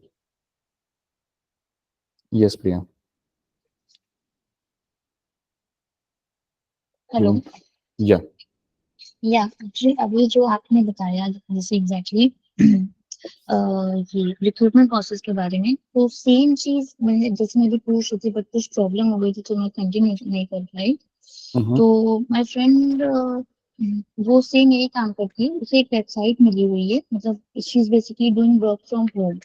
तो उसका काम है उस job उस website उस particular website में से candidates को शॉर्टलिस्ट करना, देन उसके बाद उनके नंबर्स उनके रेज्यूमे में गो थ्रू होना, उसके बाद उन्हें कॉल करना, उनकी रिक्वायरमेंट जानना, उनके रिक्वायरमेंट के अकॉर्डिंग उन्हें कंपनी सजेस्ट करना, उस पर्टिकुलर कंपनी के बारे में उन्हें इंट्रोडक्शन देना and all, then follow up लेना कि उन्होंने इंटरव्यू दिया कि नहीं दिया and how interview is going, कुछ प्रॉब्लम, क्या उनकी एक्सपेक्टेशन है फॉर सैलरी एंड एवरीथिंग। उसके बाद जब वो पर्टिकुलर पर्सन या कैंडिडेट अगर सेलेक्ट हो जाता है किसी पर्टिकुलर कंपनी के लिए, तो आफ्टर दैट उसे मिलती है उसकी salary, as we can say her commission. तो ये जो क्राइटेरिया होता है ये किस चीज के अंडर में आता है, मतलब जैसे आप अभी जो बता रहे थे एग्जैक्टली, तो ये फुल साइकिल रिक्रूटमेंट भी है उसकी या फिर प्रॉपर एटीएस रिक्रूटमेंट है, ये एग्जैक्टली क्या होगा? क्योंकि ऐसी जॉब है ये उसकी इस तरह की आई गेस थर्ड जॉब है, इससे उसे एक वेबसाइट मिल जाती है और वो उस पूरे प्रोसेस को करती है। तो यहाँ पे जो आप बता रहे हो, like the pool of candidates that you're talking about, so these are like a common pool of candidates or they have applied to certain job positions? So they are applying for many jobs. Not sure exactly, but I guess कि अलग अलग companies के जो अगर से applications मिली तो definitely अलग अलग एज ग्रुप रहता है, अलग अलग सिनेरियो रहता है, तो डेफिनेटली वो अलग अलग जॉब पोजीशन से उनकी रहती होंगी। बस बेसिकली कोई इतना डिटेल में अपनी जॉब के बारे में बताता नहीं। Right right. सी देखिए, मैंने आपको क्या कहा था ना कि so what happens, sorry I what's your name? Priya. Priya. So Priya, basically, when I was talking about these different kind of methods and strategies, right? So I told you that there can be overlaps also. It's not key, these are all independent methods and strategies. For example, there could be an internal recruitment, right? At the same time, there could be, let's say, an executive search also, right? Maybe company would like to hire someone who can be a leader, future leader, uh, who is part of the internal team already, like, so they would like to hire him internally. That can happen. So likewise, या actually मुझे any executive search भी confirm करना था क्या होता है। Executive search basically leadership positions के लिए हम लोग हायर करते हैं, तो उसके लिए उसको हम बोलते हैं एग्जीक्यूटिव सर्च। ओके, सो जो टॉप पोजीशंस होती हैं कंपनी में, CEOs, directors, president and all, तो उसके लिए करते हैं। तो यहाँ पे जैसे ना, आप तो जैसे अब डाइवर्सिटी ये देखोगे आप, डाइवर्सिटी एंड इंक्लूजन, ओके, तो ये जो पार्ट है ना, ऐसा नहीं है कि कोई स्पेसिफिक चीज है, राइट? ये तो कहीं भी आ सकता है, इंटरनल हो एक्सटर्नल हो, कहीं पे भी अप्लाई हो सकता है। बेसिकली हम कह क्या रहे हैं कि यार हमें डाइवर्स ग्रुप ऑफ पीपल्स चाहिए और हमारी टीम इंक्लूसिव होनी चाहिए, so that we have multiple perspectives, right? So there could be an overlap, like हो सकता है मेरी रिमोट रिक्रूटमेंट भी हो रही है और साथ में डीआईएन रिक्रूटमेंट भी हो रही है, okay. So these things can go hand in hand also. It's not like all of these are independent processes. These are just different recruitment methods जहाँ पे आप एक साथ दो तीन मेथड्स भी अप्लाई कर सकते हो, ओके। सो ये टोटली डिपेंड करेगा कि आपका जो रिक्रूटमेंट का प्रोसेस है उसमें क्या चीज़ें आप कर रहे हो, कहाँ से रिक्रूट कर रहे हो, किस पोजीशन के लिए रिक्रूटमेंट कर रहे हो, क्या नेचर ऑफ जॉब है, राइट। सो ये सारे पैरामीटर्स देखते हुए आपको डिसाइड करना पड़ेगा। तो ऐसा भी हो सकता है इसमें से अगर तीन चार चीज़ें आप साथ में कर रहे हो, इंटरनल भी है, लेट्स से एग्जीक्यूटिव भी है, ठीक है। आप हो सकता है कि आप एग्जीक्यूटिव सर्च पे भी आप चाहते हो कि you want to hire more women in the leadership team, right. तो in a way this also becomes diversity and inclusion recruitment, right. ठीक है। तो ऐसे तीन यहाँ पे ओवरलैप हो गए, तो ऐसे ही अलग अलग सिनेरियोज में आपके ओवरलैप्स हो सकते हैं बहुत सारे। आई गेस इसमें रिमोट रिक्रूटमेंट भी आता है। Right right. तो वही मैं कह रहा हूँ कि ये सिनेरियोज पे डिपेंड करता है। यहाँ पे कोई ऐसा लीनियर मेथड नहीं है कि आप डिसाइड करेंगे कि एक ही है, मुझे यही करना है और इसके अलावा मुझे कुछ नहीं करना है। तो आपको जो भी रेलेवेंट लगता है आप करोगे यहाँ पे। Okay, Yes, okay, thank you. I just trying to help you understand different methods and strategies, ठीक है। So yeah, now coming back to this step-by-step process. So yeah, talent search was the one that we were discussing. So for talent search, like I think she's also given an example, and you know how her friend is involved in the entire process. So most likely, she's doing this thing entirely from one step to maybe the last step or fifth step, at least, right? So now, when you do the talent search, okay, so most of the job platforms, including Herky and all, so they provide different kind of tools. I think someone was asking me questions about ATS and also AI tools and all, right? So even if you forget about AI tools, like a normal recruitment tool provides you enough options to shortlist the candidates based on certain filters. Okay. Now, for me, filters could be as simple as, let's say, I can apply the location filters to figure out how many candidates are comfortable working from a single location, let's say for Bangalore. So maybe out of 100 applications, I find only 20 people who are okay with Bangalore as a location, right? So my talent search can happen in either of any ways, like depending upon the number of applications, the position for which you are hiring, how many openings are there. Like for example, let's say sales के लिए entry position है, so you know there are only 10 positions they are open for the sales, but maybe only one for the sales head. Okay, so the ratio of applications for these 10 positions, again, if you have so many of resume, so you probably like to go through them very quickly, very efficiently, and will depend more on the tools and all these AI processes and all that thing, right? But maybe, as I mentioned, that if you only have handful of applications, so you tend to talk to candidates one by one to do the shortlisting and the screening before interviewing them, and not only depend upon the application scheming and the filtering. Okay. So the first step is basically about shortlisting and screening. So normally, most of the recruitment team will have a checklist where they will define that what are the criteria to shortlist a candidate. For example, let's say uh, one of the most obvious criteria could be the salary compensation. Let's say if I'm working at something as let's say 50 lakhs per annum, and the company is offering me 40 lakhs per annum, so I'm like a misfit for that organization, right? Straight away. So all of these screening and shortlisting criteria are very important, because again, a lot of time is being spent at the later stages, like interviewing of each candidate and the offer evaluation and a lot of things, right? So the recruiters would make sure that they are only sending the right candidates to the step number 5 with a very robust shortlisting and screening process.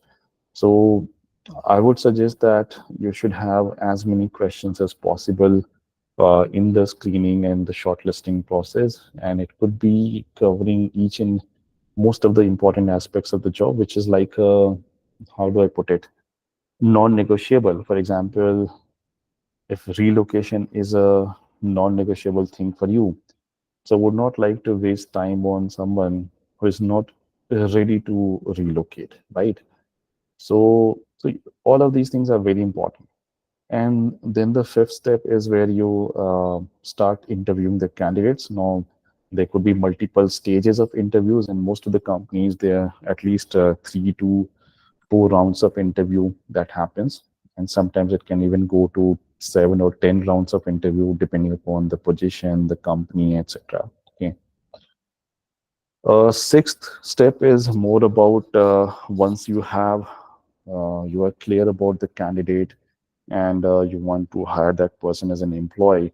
So this is where the discussion would happen. Maybe you have, let's say, handful of employees to be hired, candidates to be hired, let's say 2 or 3.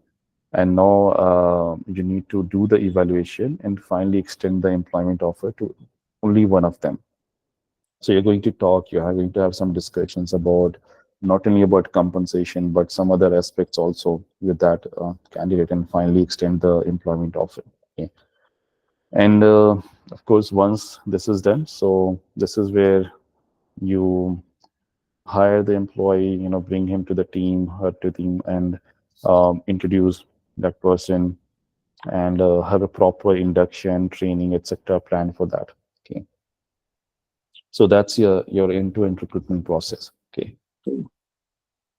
So now, when you talk about 360 or full cycle recruitment, so most likely it's the same team or set of people who are, doing this entire exercise instead of others. Okay. So any questions?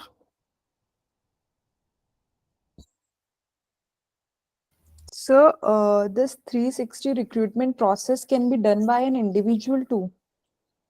Yeah, I mean, it depends upon the company, right? So if there's only one recruiter who's handling the entire thing for that particular company, so why not, even the same person can handle that. But normally, this is not the norm. What I've seen, there is always involvement of more than one person. Okay, Yes, because yeah, what yeah, if it involves some technical questions or technical round? yeah. So that's what I'm saying. So it's normally it's not just one person; it's more than one person. Wherein they're involved in the process. But yeah, let's say that. There's a team that is formed for the recruitment. So maybe there normally what I see is the norm that there's one on the recruitment side, as in someone who is more robust with the HR related processes, and then there's someone who is a kind of a subject matter expert who is also part of the process, because eventually they also get to see that which resume are fit for them or not, right? So they are also looped in. So someone from the team, the technical team or whatever team it is, whether it's a sales team, and also that person would also be the uh, you know the part of this process. Yeah, Okay, yeah, thank you.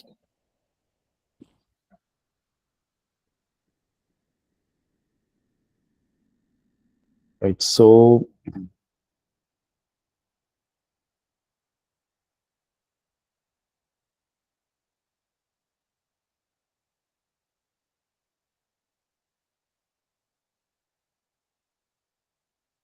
I think I'll stop here.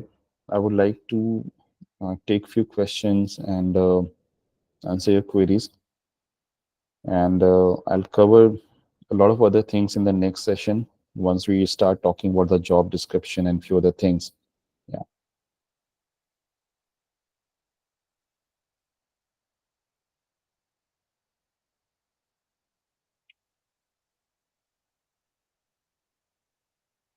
So feel free to and ask anything, like it's not just this entire recruitment process, but also anything that you feel about job, career, or whatever. Yeah.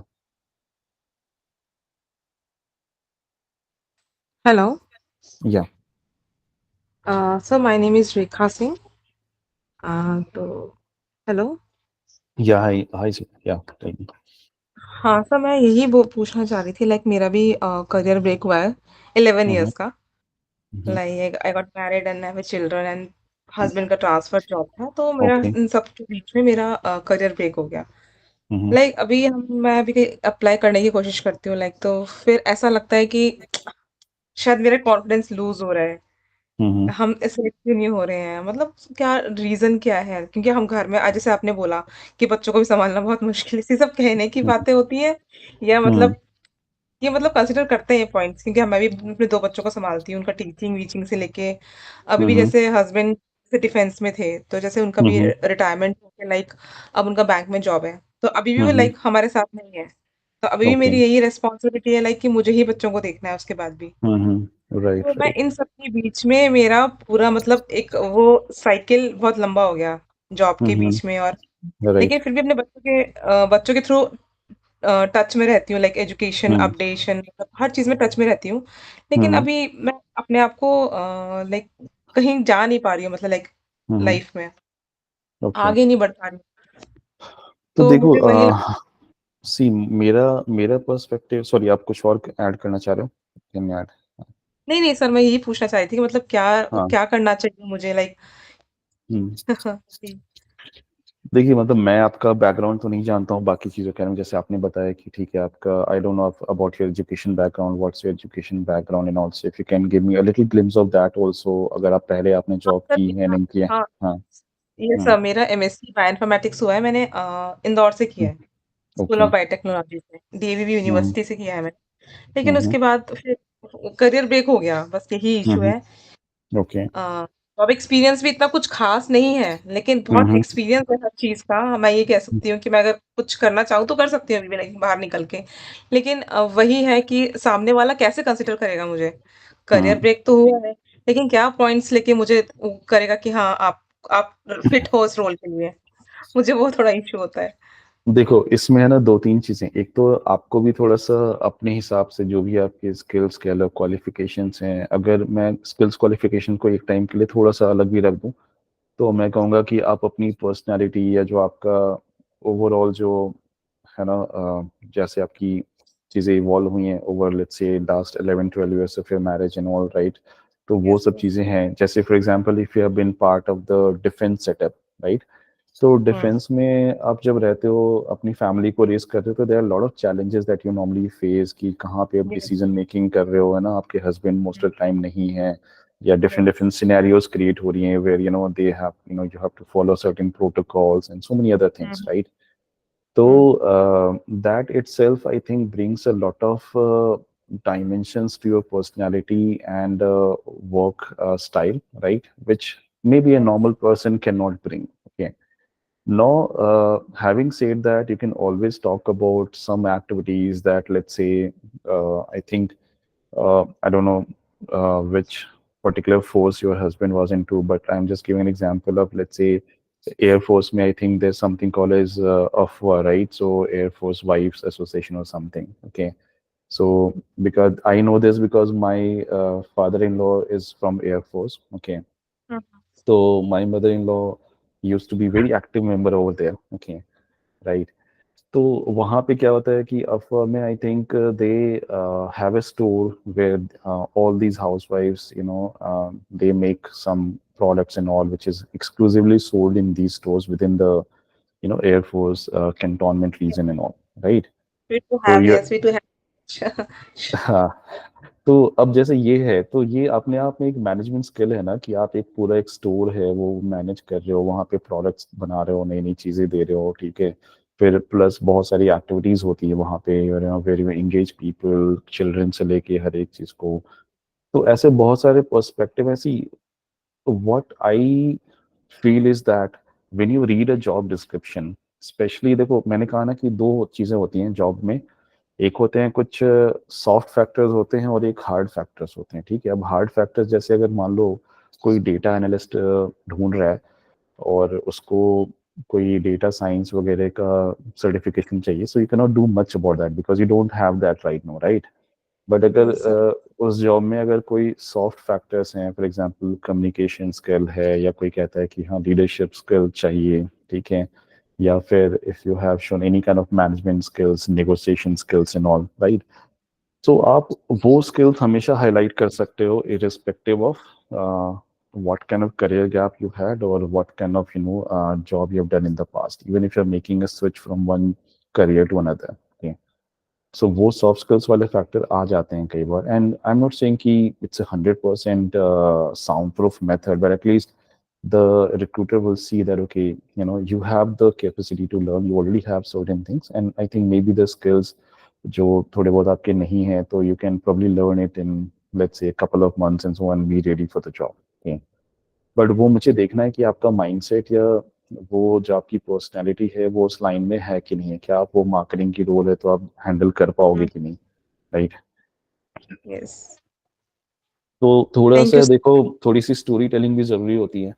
मतलब मैं marketing वाला बंदा हूँ, तो मैं थोड़ा सा story telling पे ज्यादा वो रहता हूँ कि हाँ ठीक है, आपको चीजें बतानी है, समझानी है, तो आपको कुछ न कुछ तो हाईलाइट करना पड़ेगा। ठीक है, आपके पास हाँ, नहीं तो है। वही ना, थोड़ा रियलिटी से कनेक्ट करके हम अपना, क्योंकि ये सारे यहाँ पे वुमेन्स हैं, तो वुमेन्स हाँ थोड़ा कनेक्ट करके लाइफ से आप उसको कैसे पोर्ट्रे करते हैं कि हाँ, वो हाँ factor मतलब करता है मैटर एक राइट चीज। राइट।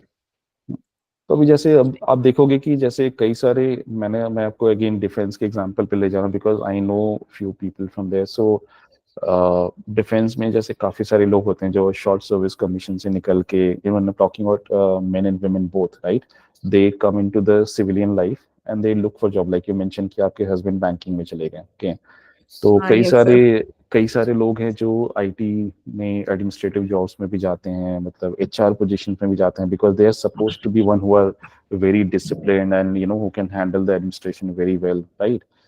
तो ऐसे ही आपको कुछ चीजें देखनी पड़ेंगी कि कहाँ पे आपका वो फैक्टर्स मैच हो रहा है। मतलब अब एक डिफेंस वाला बंदा एक सिविलियन जॉब में आ रहा है, तो ऑब्वियसली उसके लिए स्किल मैच वहां पे इंपॉर्टेंट नहीं है। It's about the other soft factors which matters to the job, right?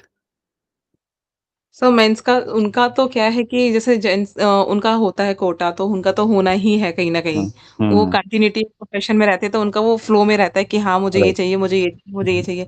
लेकिन हमारा घर में रह के, वही एनवायरनमेंट में रह के, हमारा बहुत या सारा चीजें हम लैक कर जाते हैं। ट्रू ट्रू, और वो चीजें हमको डेली लाइफ में थोड़ा सा जो डाउनफॉल हमारे लिए हो, जो हम्म होता जाता है, वो हम्म, हमारे लिए हमारे लिए खुद के लिए डाउनफॉल है, लेकिन हम अपने फैमिली को हर चीज के लिए फर्स्ट रखते हैं, बच्चों के लिए, लाइक वो हर चीज में राइट, कम्पीट करें, स्कूल में उनका हर चीज का हो। मतलब वो भी क्वालिटी है कि हाँ, या मदर अगर कुछ नहीं कर रही है तो मतलब वो सारा काम करवा रही है, जो मतलब हर कोई नहीं करा सकता। कई मदर्स होती है कि नहीं चलो छोड़ो, मत करना है तो करो, नहीं करना तो नहीं करो। लेकिन राइट हमारा राइट ऐसा है कि नहीं, आपको यहाँ पे करना ही है। Right right. तो नहीं, वही इनफैक्ट हमारे लिए। आई थिंक मुझे लगता है कि देखो, आप राइट प्लेटफॉर्म पे हो। जैसे Avneet can talk about this more than मी।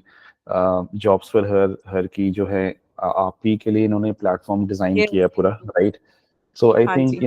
आपने जो ये बोला ना कि पॉइंट कि हम लोग को वो इन्वायरमेंट नहीं मिलता, like you don't get the support, peer support जो बोलते हैं। जैसे हम लोग इंडस्ट्री में काम कर रहे हैं, तो मेरे 100 कनेक्शंस हैं, मैं उनसे कभी भी फोन करता हूँ, बात करता हूँ, कोई हेल्प चाहिए, कुछ चीजें मुझे हम्म। डिस्कस करना है, तो I can discuss with them, right? But maybe this something that you lack, so I think ये फोरम लाइक, हमारा ब्रेक हो जाता है, ये हाँ, हमारी तो ब्रेक हो ये जाती है कि हम क्या, बिल्कुल। हम कहाँ से। तो आई थिंक जॉब्स फेयर जैसे प्लेटफॉर्म को आप यूज करो, अपने आप को फिर एक्टिव करो, लोगों के साथ एंगेज करो, एंड ट्राई टू सी, एक दूसरे की हेल्प करके आगे बढ़ो। So this is what I can suggest, and that's how I think most of the time we also get our work accomplished, right? हमें जब कहीं, जैसे मान लो मुझे किसी कंपनी में सेल्स पिच करनी होती है, तो मैं सबसे पहले जाता हूँ लिंक्डइन पे या फिर अपने फ्रेंड ग्रुप में देखता हूँ कि यार कौन बंदा है जो मेरी हेल्प कर सकता है, and then I try to reach out to that person. So I get an immediate point of contact. I take his help कि मुझे connect कराओ right person से, ठीक है, and so on. So this is how you have to start thinking about. हो सकता है आपका पुराना नेटवर्क भी हो। I'm not saying कि आपका यही नेटवर्क होगा, आपके पुराने दोस्त होंगे. It could be men, women, both. I mean, I think so. I would put this point across and don't take it in other way. Like what I have seen, a lot of women, they shy away from interacting with a lot of their men peers in the industry. They could be your school friends, college friends and all. वो अच्छी position पे होंगे आज के में, right? तो ऐसा नहीं है कि अगर आप उनको रीच आउट करोगे तो they will not help. It's just about taking the first step, right? If you tell them you're looking for a job, you need some help or references, हो सकता है कहीं आप दूसरी कंपनी में ओपनिंग है, उसी कंपनी में आपका फ्रेंड भी काम कर रहा हो, तो आप उनको भी रीच आउट कर सकते हो, right? So I would say that do those kind of things also. Networking is very important. especially if you're coming back to the work after so many years. Yeah.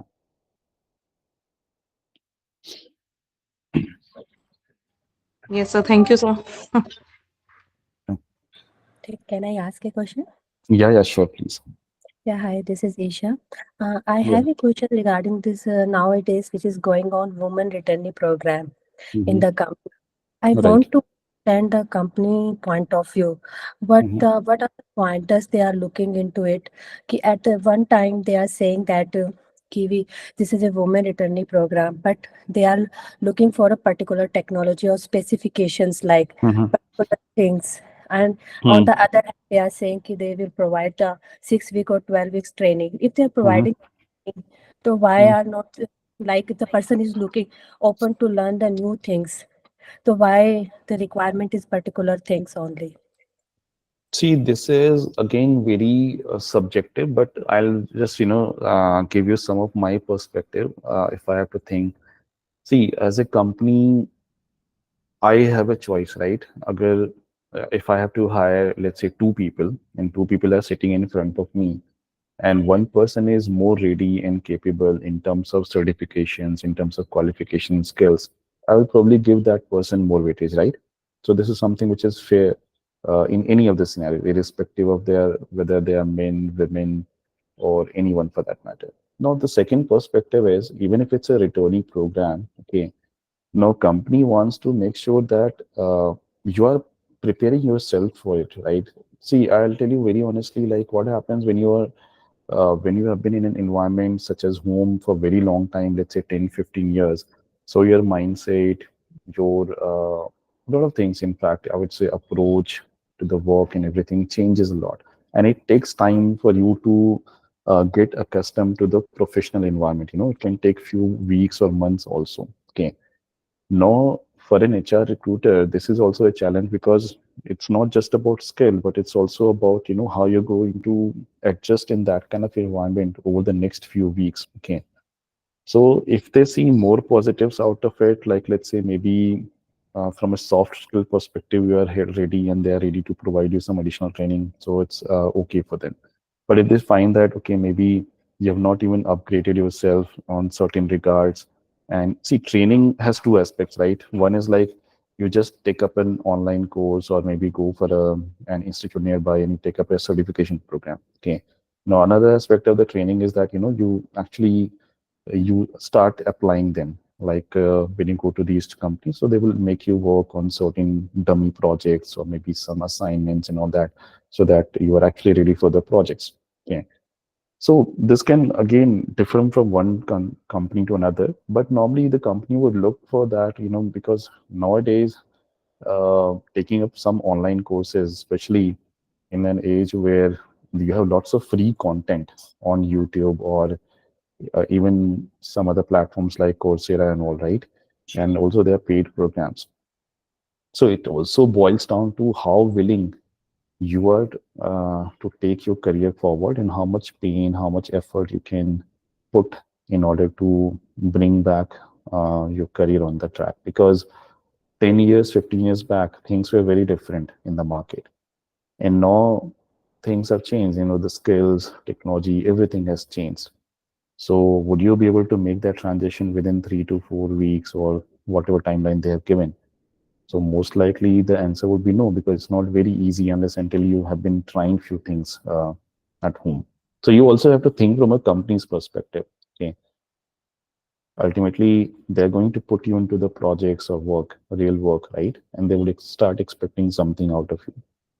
So what are the pointers they are considering while screening the CV for the women returnee program?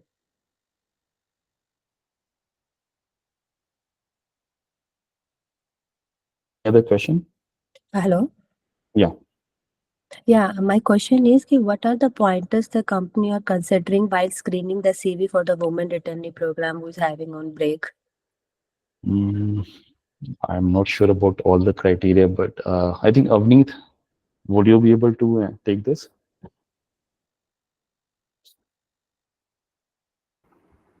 So, not per se, Isha, I would be able to specify that there are these, this is a set list of criteria which has been looked upon to. As I earlier mentioned that definitely what have you done during your break time, okay, and how fit are you for the opening at that point of time, the for the job you are applying for, and definitely one bigger role what plays is your confidence of coming back, what you bring to Yeah, the table, right. right? The willingness you show, that the commitment you show, and the willingness in your interview, what you show of learning makes the bigger difference, I would say. And I think, Technology can be learned, work can be learned, but yeah, if you show the urge and the willingness, that is your power. right.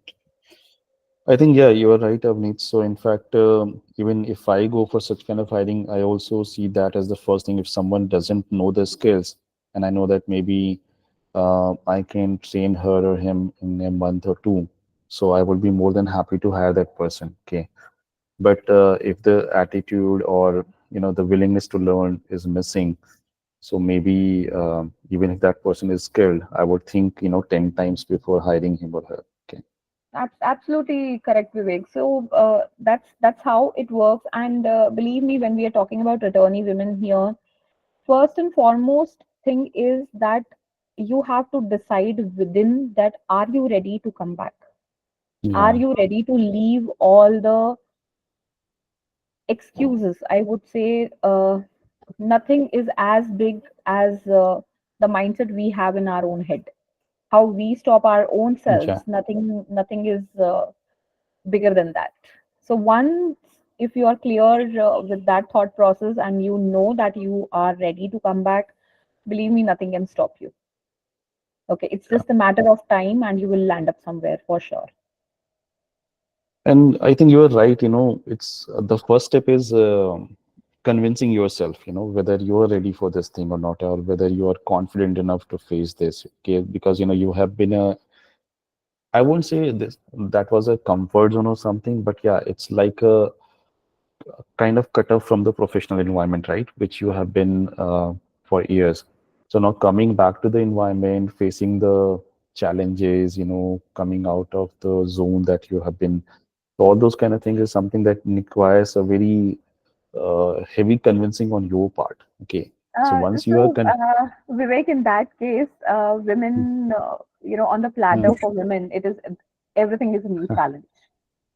right. And women are so adaptive in nature for that Mm, matter, mm, so they embrace every change very beautifully. right. No, I So this totally is agree. this is coming from an experience, like of course from a women perspective and also from a Mm, returning perspective, and mm, also have been on a longer break. So right. I'm talking in terms of all those things which I have experienced, Yeah. and Yeah. believe me, ladies, we have had, as we Vivek has been talking about the platform of Herky. We have a great percentage where women have returned back to work. Yeah. Okay, so it is not just I am just saying for the sake of saying. It's just a matter of time, and it's how well you prepare your own self for that. Yeah.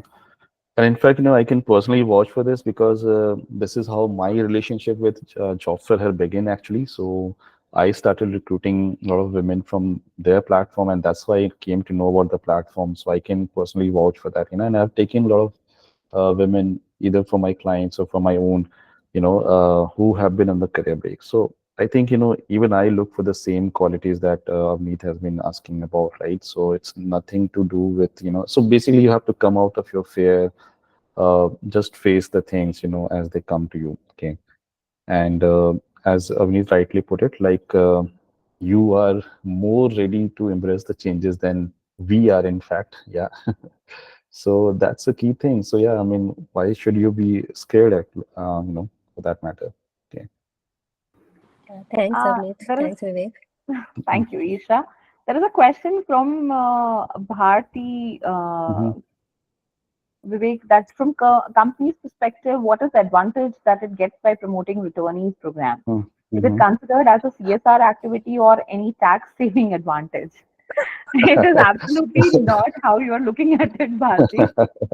No, no, tax saving is not a criteria anyways. It's not like if we hire more women, so you will get some reduction in the taxes and all. Okay, so it doesn't work like that. In fact, this is not even CSR in any possible way. Okay. See, companies are hiring resources for different job roles and activities. As I mentioned, some of these hiring could be immediate hiring, like there's a relevant sales opening for that matter. But let's say even if there's a returning program, so companies anticipate certain positions, certain roles in the future, so they know that they will have enough cooling off and warming period for the new recruitments, and from the returning program. So they will give you enough space to learn, nurture yourself, and finally put you into the relevant projects, departments, whatever it will be, right? So there's nothing of that sort like tax saving or CSR or anything. So yeah, yes, one perspective could be bringing more diversity and inclusion in the team, but again, ultimately the KRAs would remain the same as there for the other employees, including the men and other employees, right? So yeah. Yeah, Vivek, I would want to add one point here. Hmm. See, returnee women, as we have heard from lot many guests who have come to do the sessions for us, and Hmm. also as an observation, see, Hmm. returnee women brings a lot of, Hmm. the promise, okay, the Yeah. dedication, Yeah. which, of course, there is this. How it has been looked at that why not to Hmm. hire a fresher and why a returnee women. Yeah. It has Yeah. been a very common question. But Yeah. the dedication and the promise, see, when a returnee woman joins back the work with a clear head that she wants to continue with her career, Hmm. will Hmm. not leave a job in 6 months, Yeah. right? So the True. dedication True. which you will show there is Yeah. also, it's a bigger part. So True. nothing is True. on the tax or CS. Of course, Yeah. it can be a CS part of CSR activity here, but Hmm. diversity is the biggest point. Yeah. True. True. No, I totally agree with you. In fact, I have seen very similar kind of trends like what I normally find. See, of course, when you're coming back to the work after such a long gap, so you also want to get accustomed to the environment. You start learning things, and ultimately, start delivering the things as per the expectation of your company and your managers and all, right? All of these will take some time. It can take few months to few years also, depending upon the roles in which you are put in, right? So I have also seen that you're right, Avneet, that normally they stay with the company for a longer time period, and if everything looks good to them, so in fact their retention rate is higher than the average employees for that matter. Okay, and of course the level of maturity and the experience that you bring from different aspects of life, so that is also something which cannot be expected from a fresher. Doesn't matter how skilled that fresher is. Okay, so I think, see, you just have to think about all these important points or brownie points, and you can even add them to your resume and have that as a part of your discussion when you're negotiating, or if you're talking about that with the recruitment team, because they also understand, they know that what they are hiring for. It's just that you have to speak about that.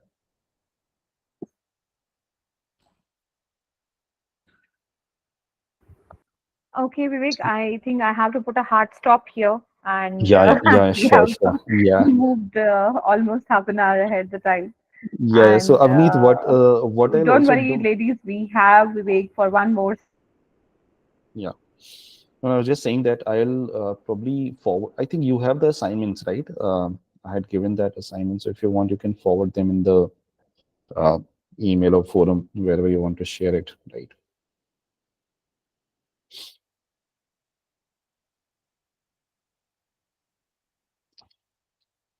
Avneet, you there?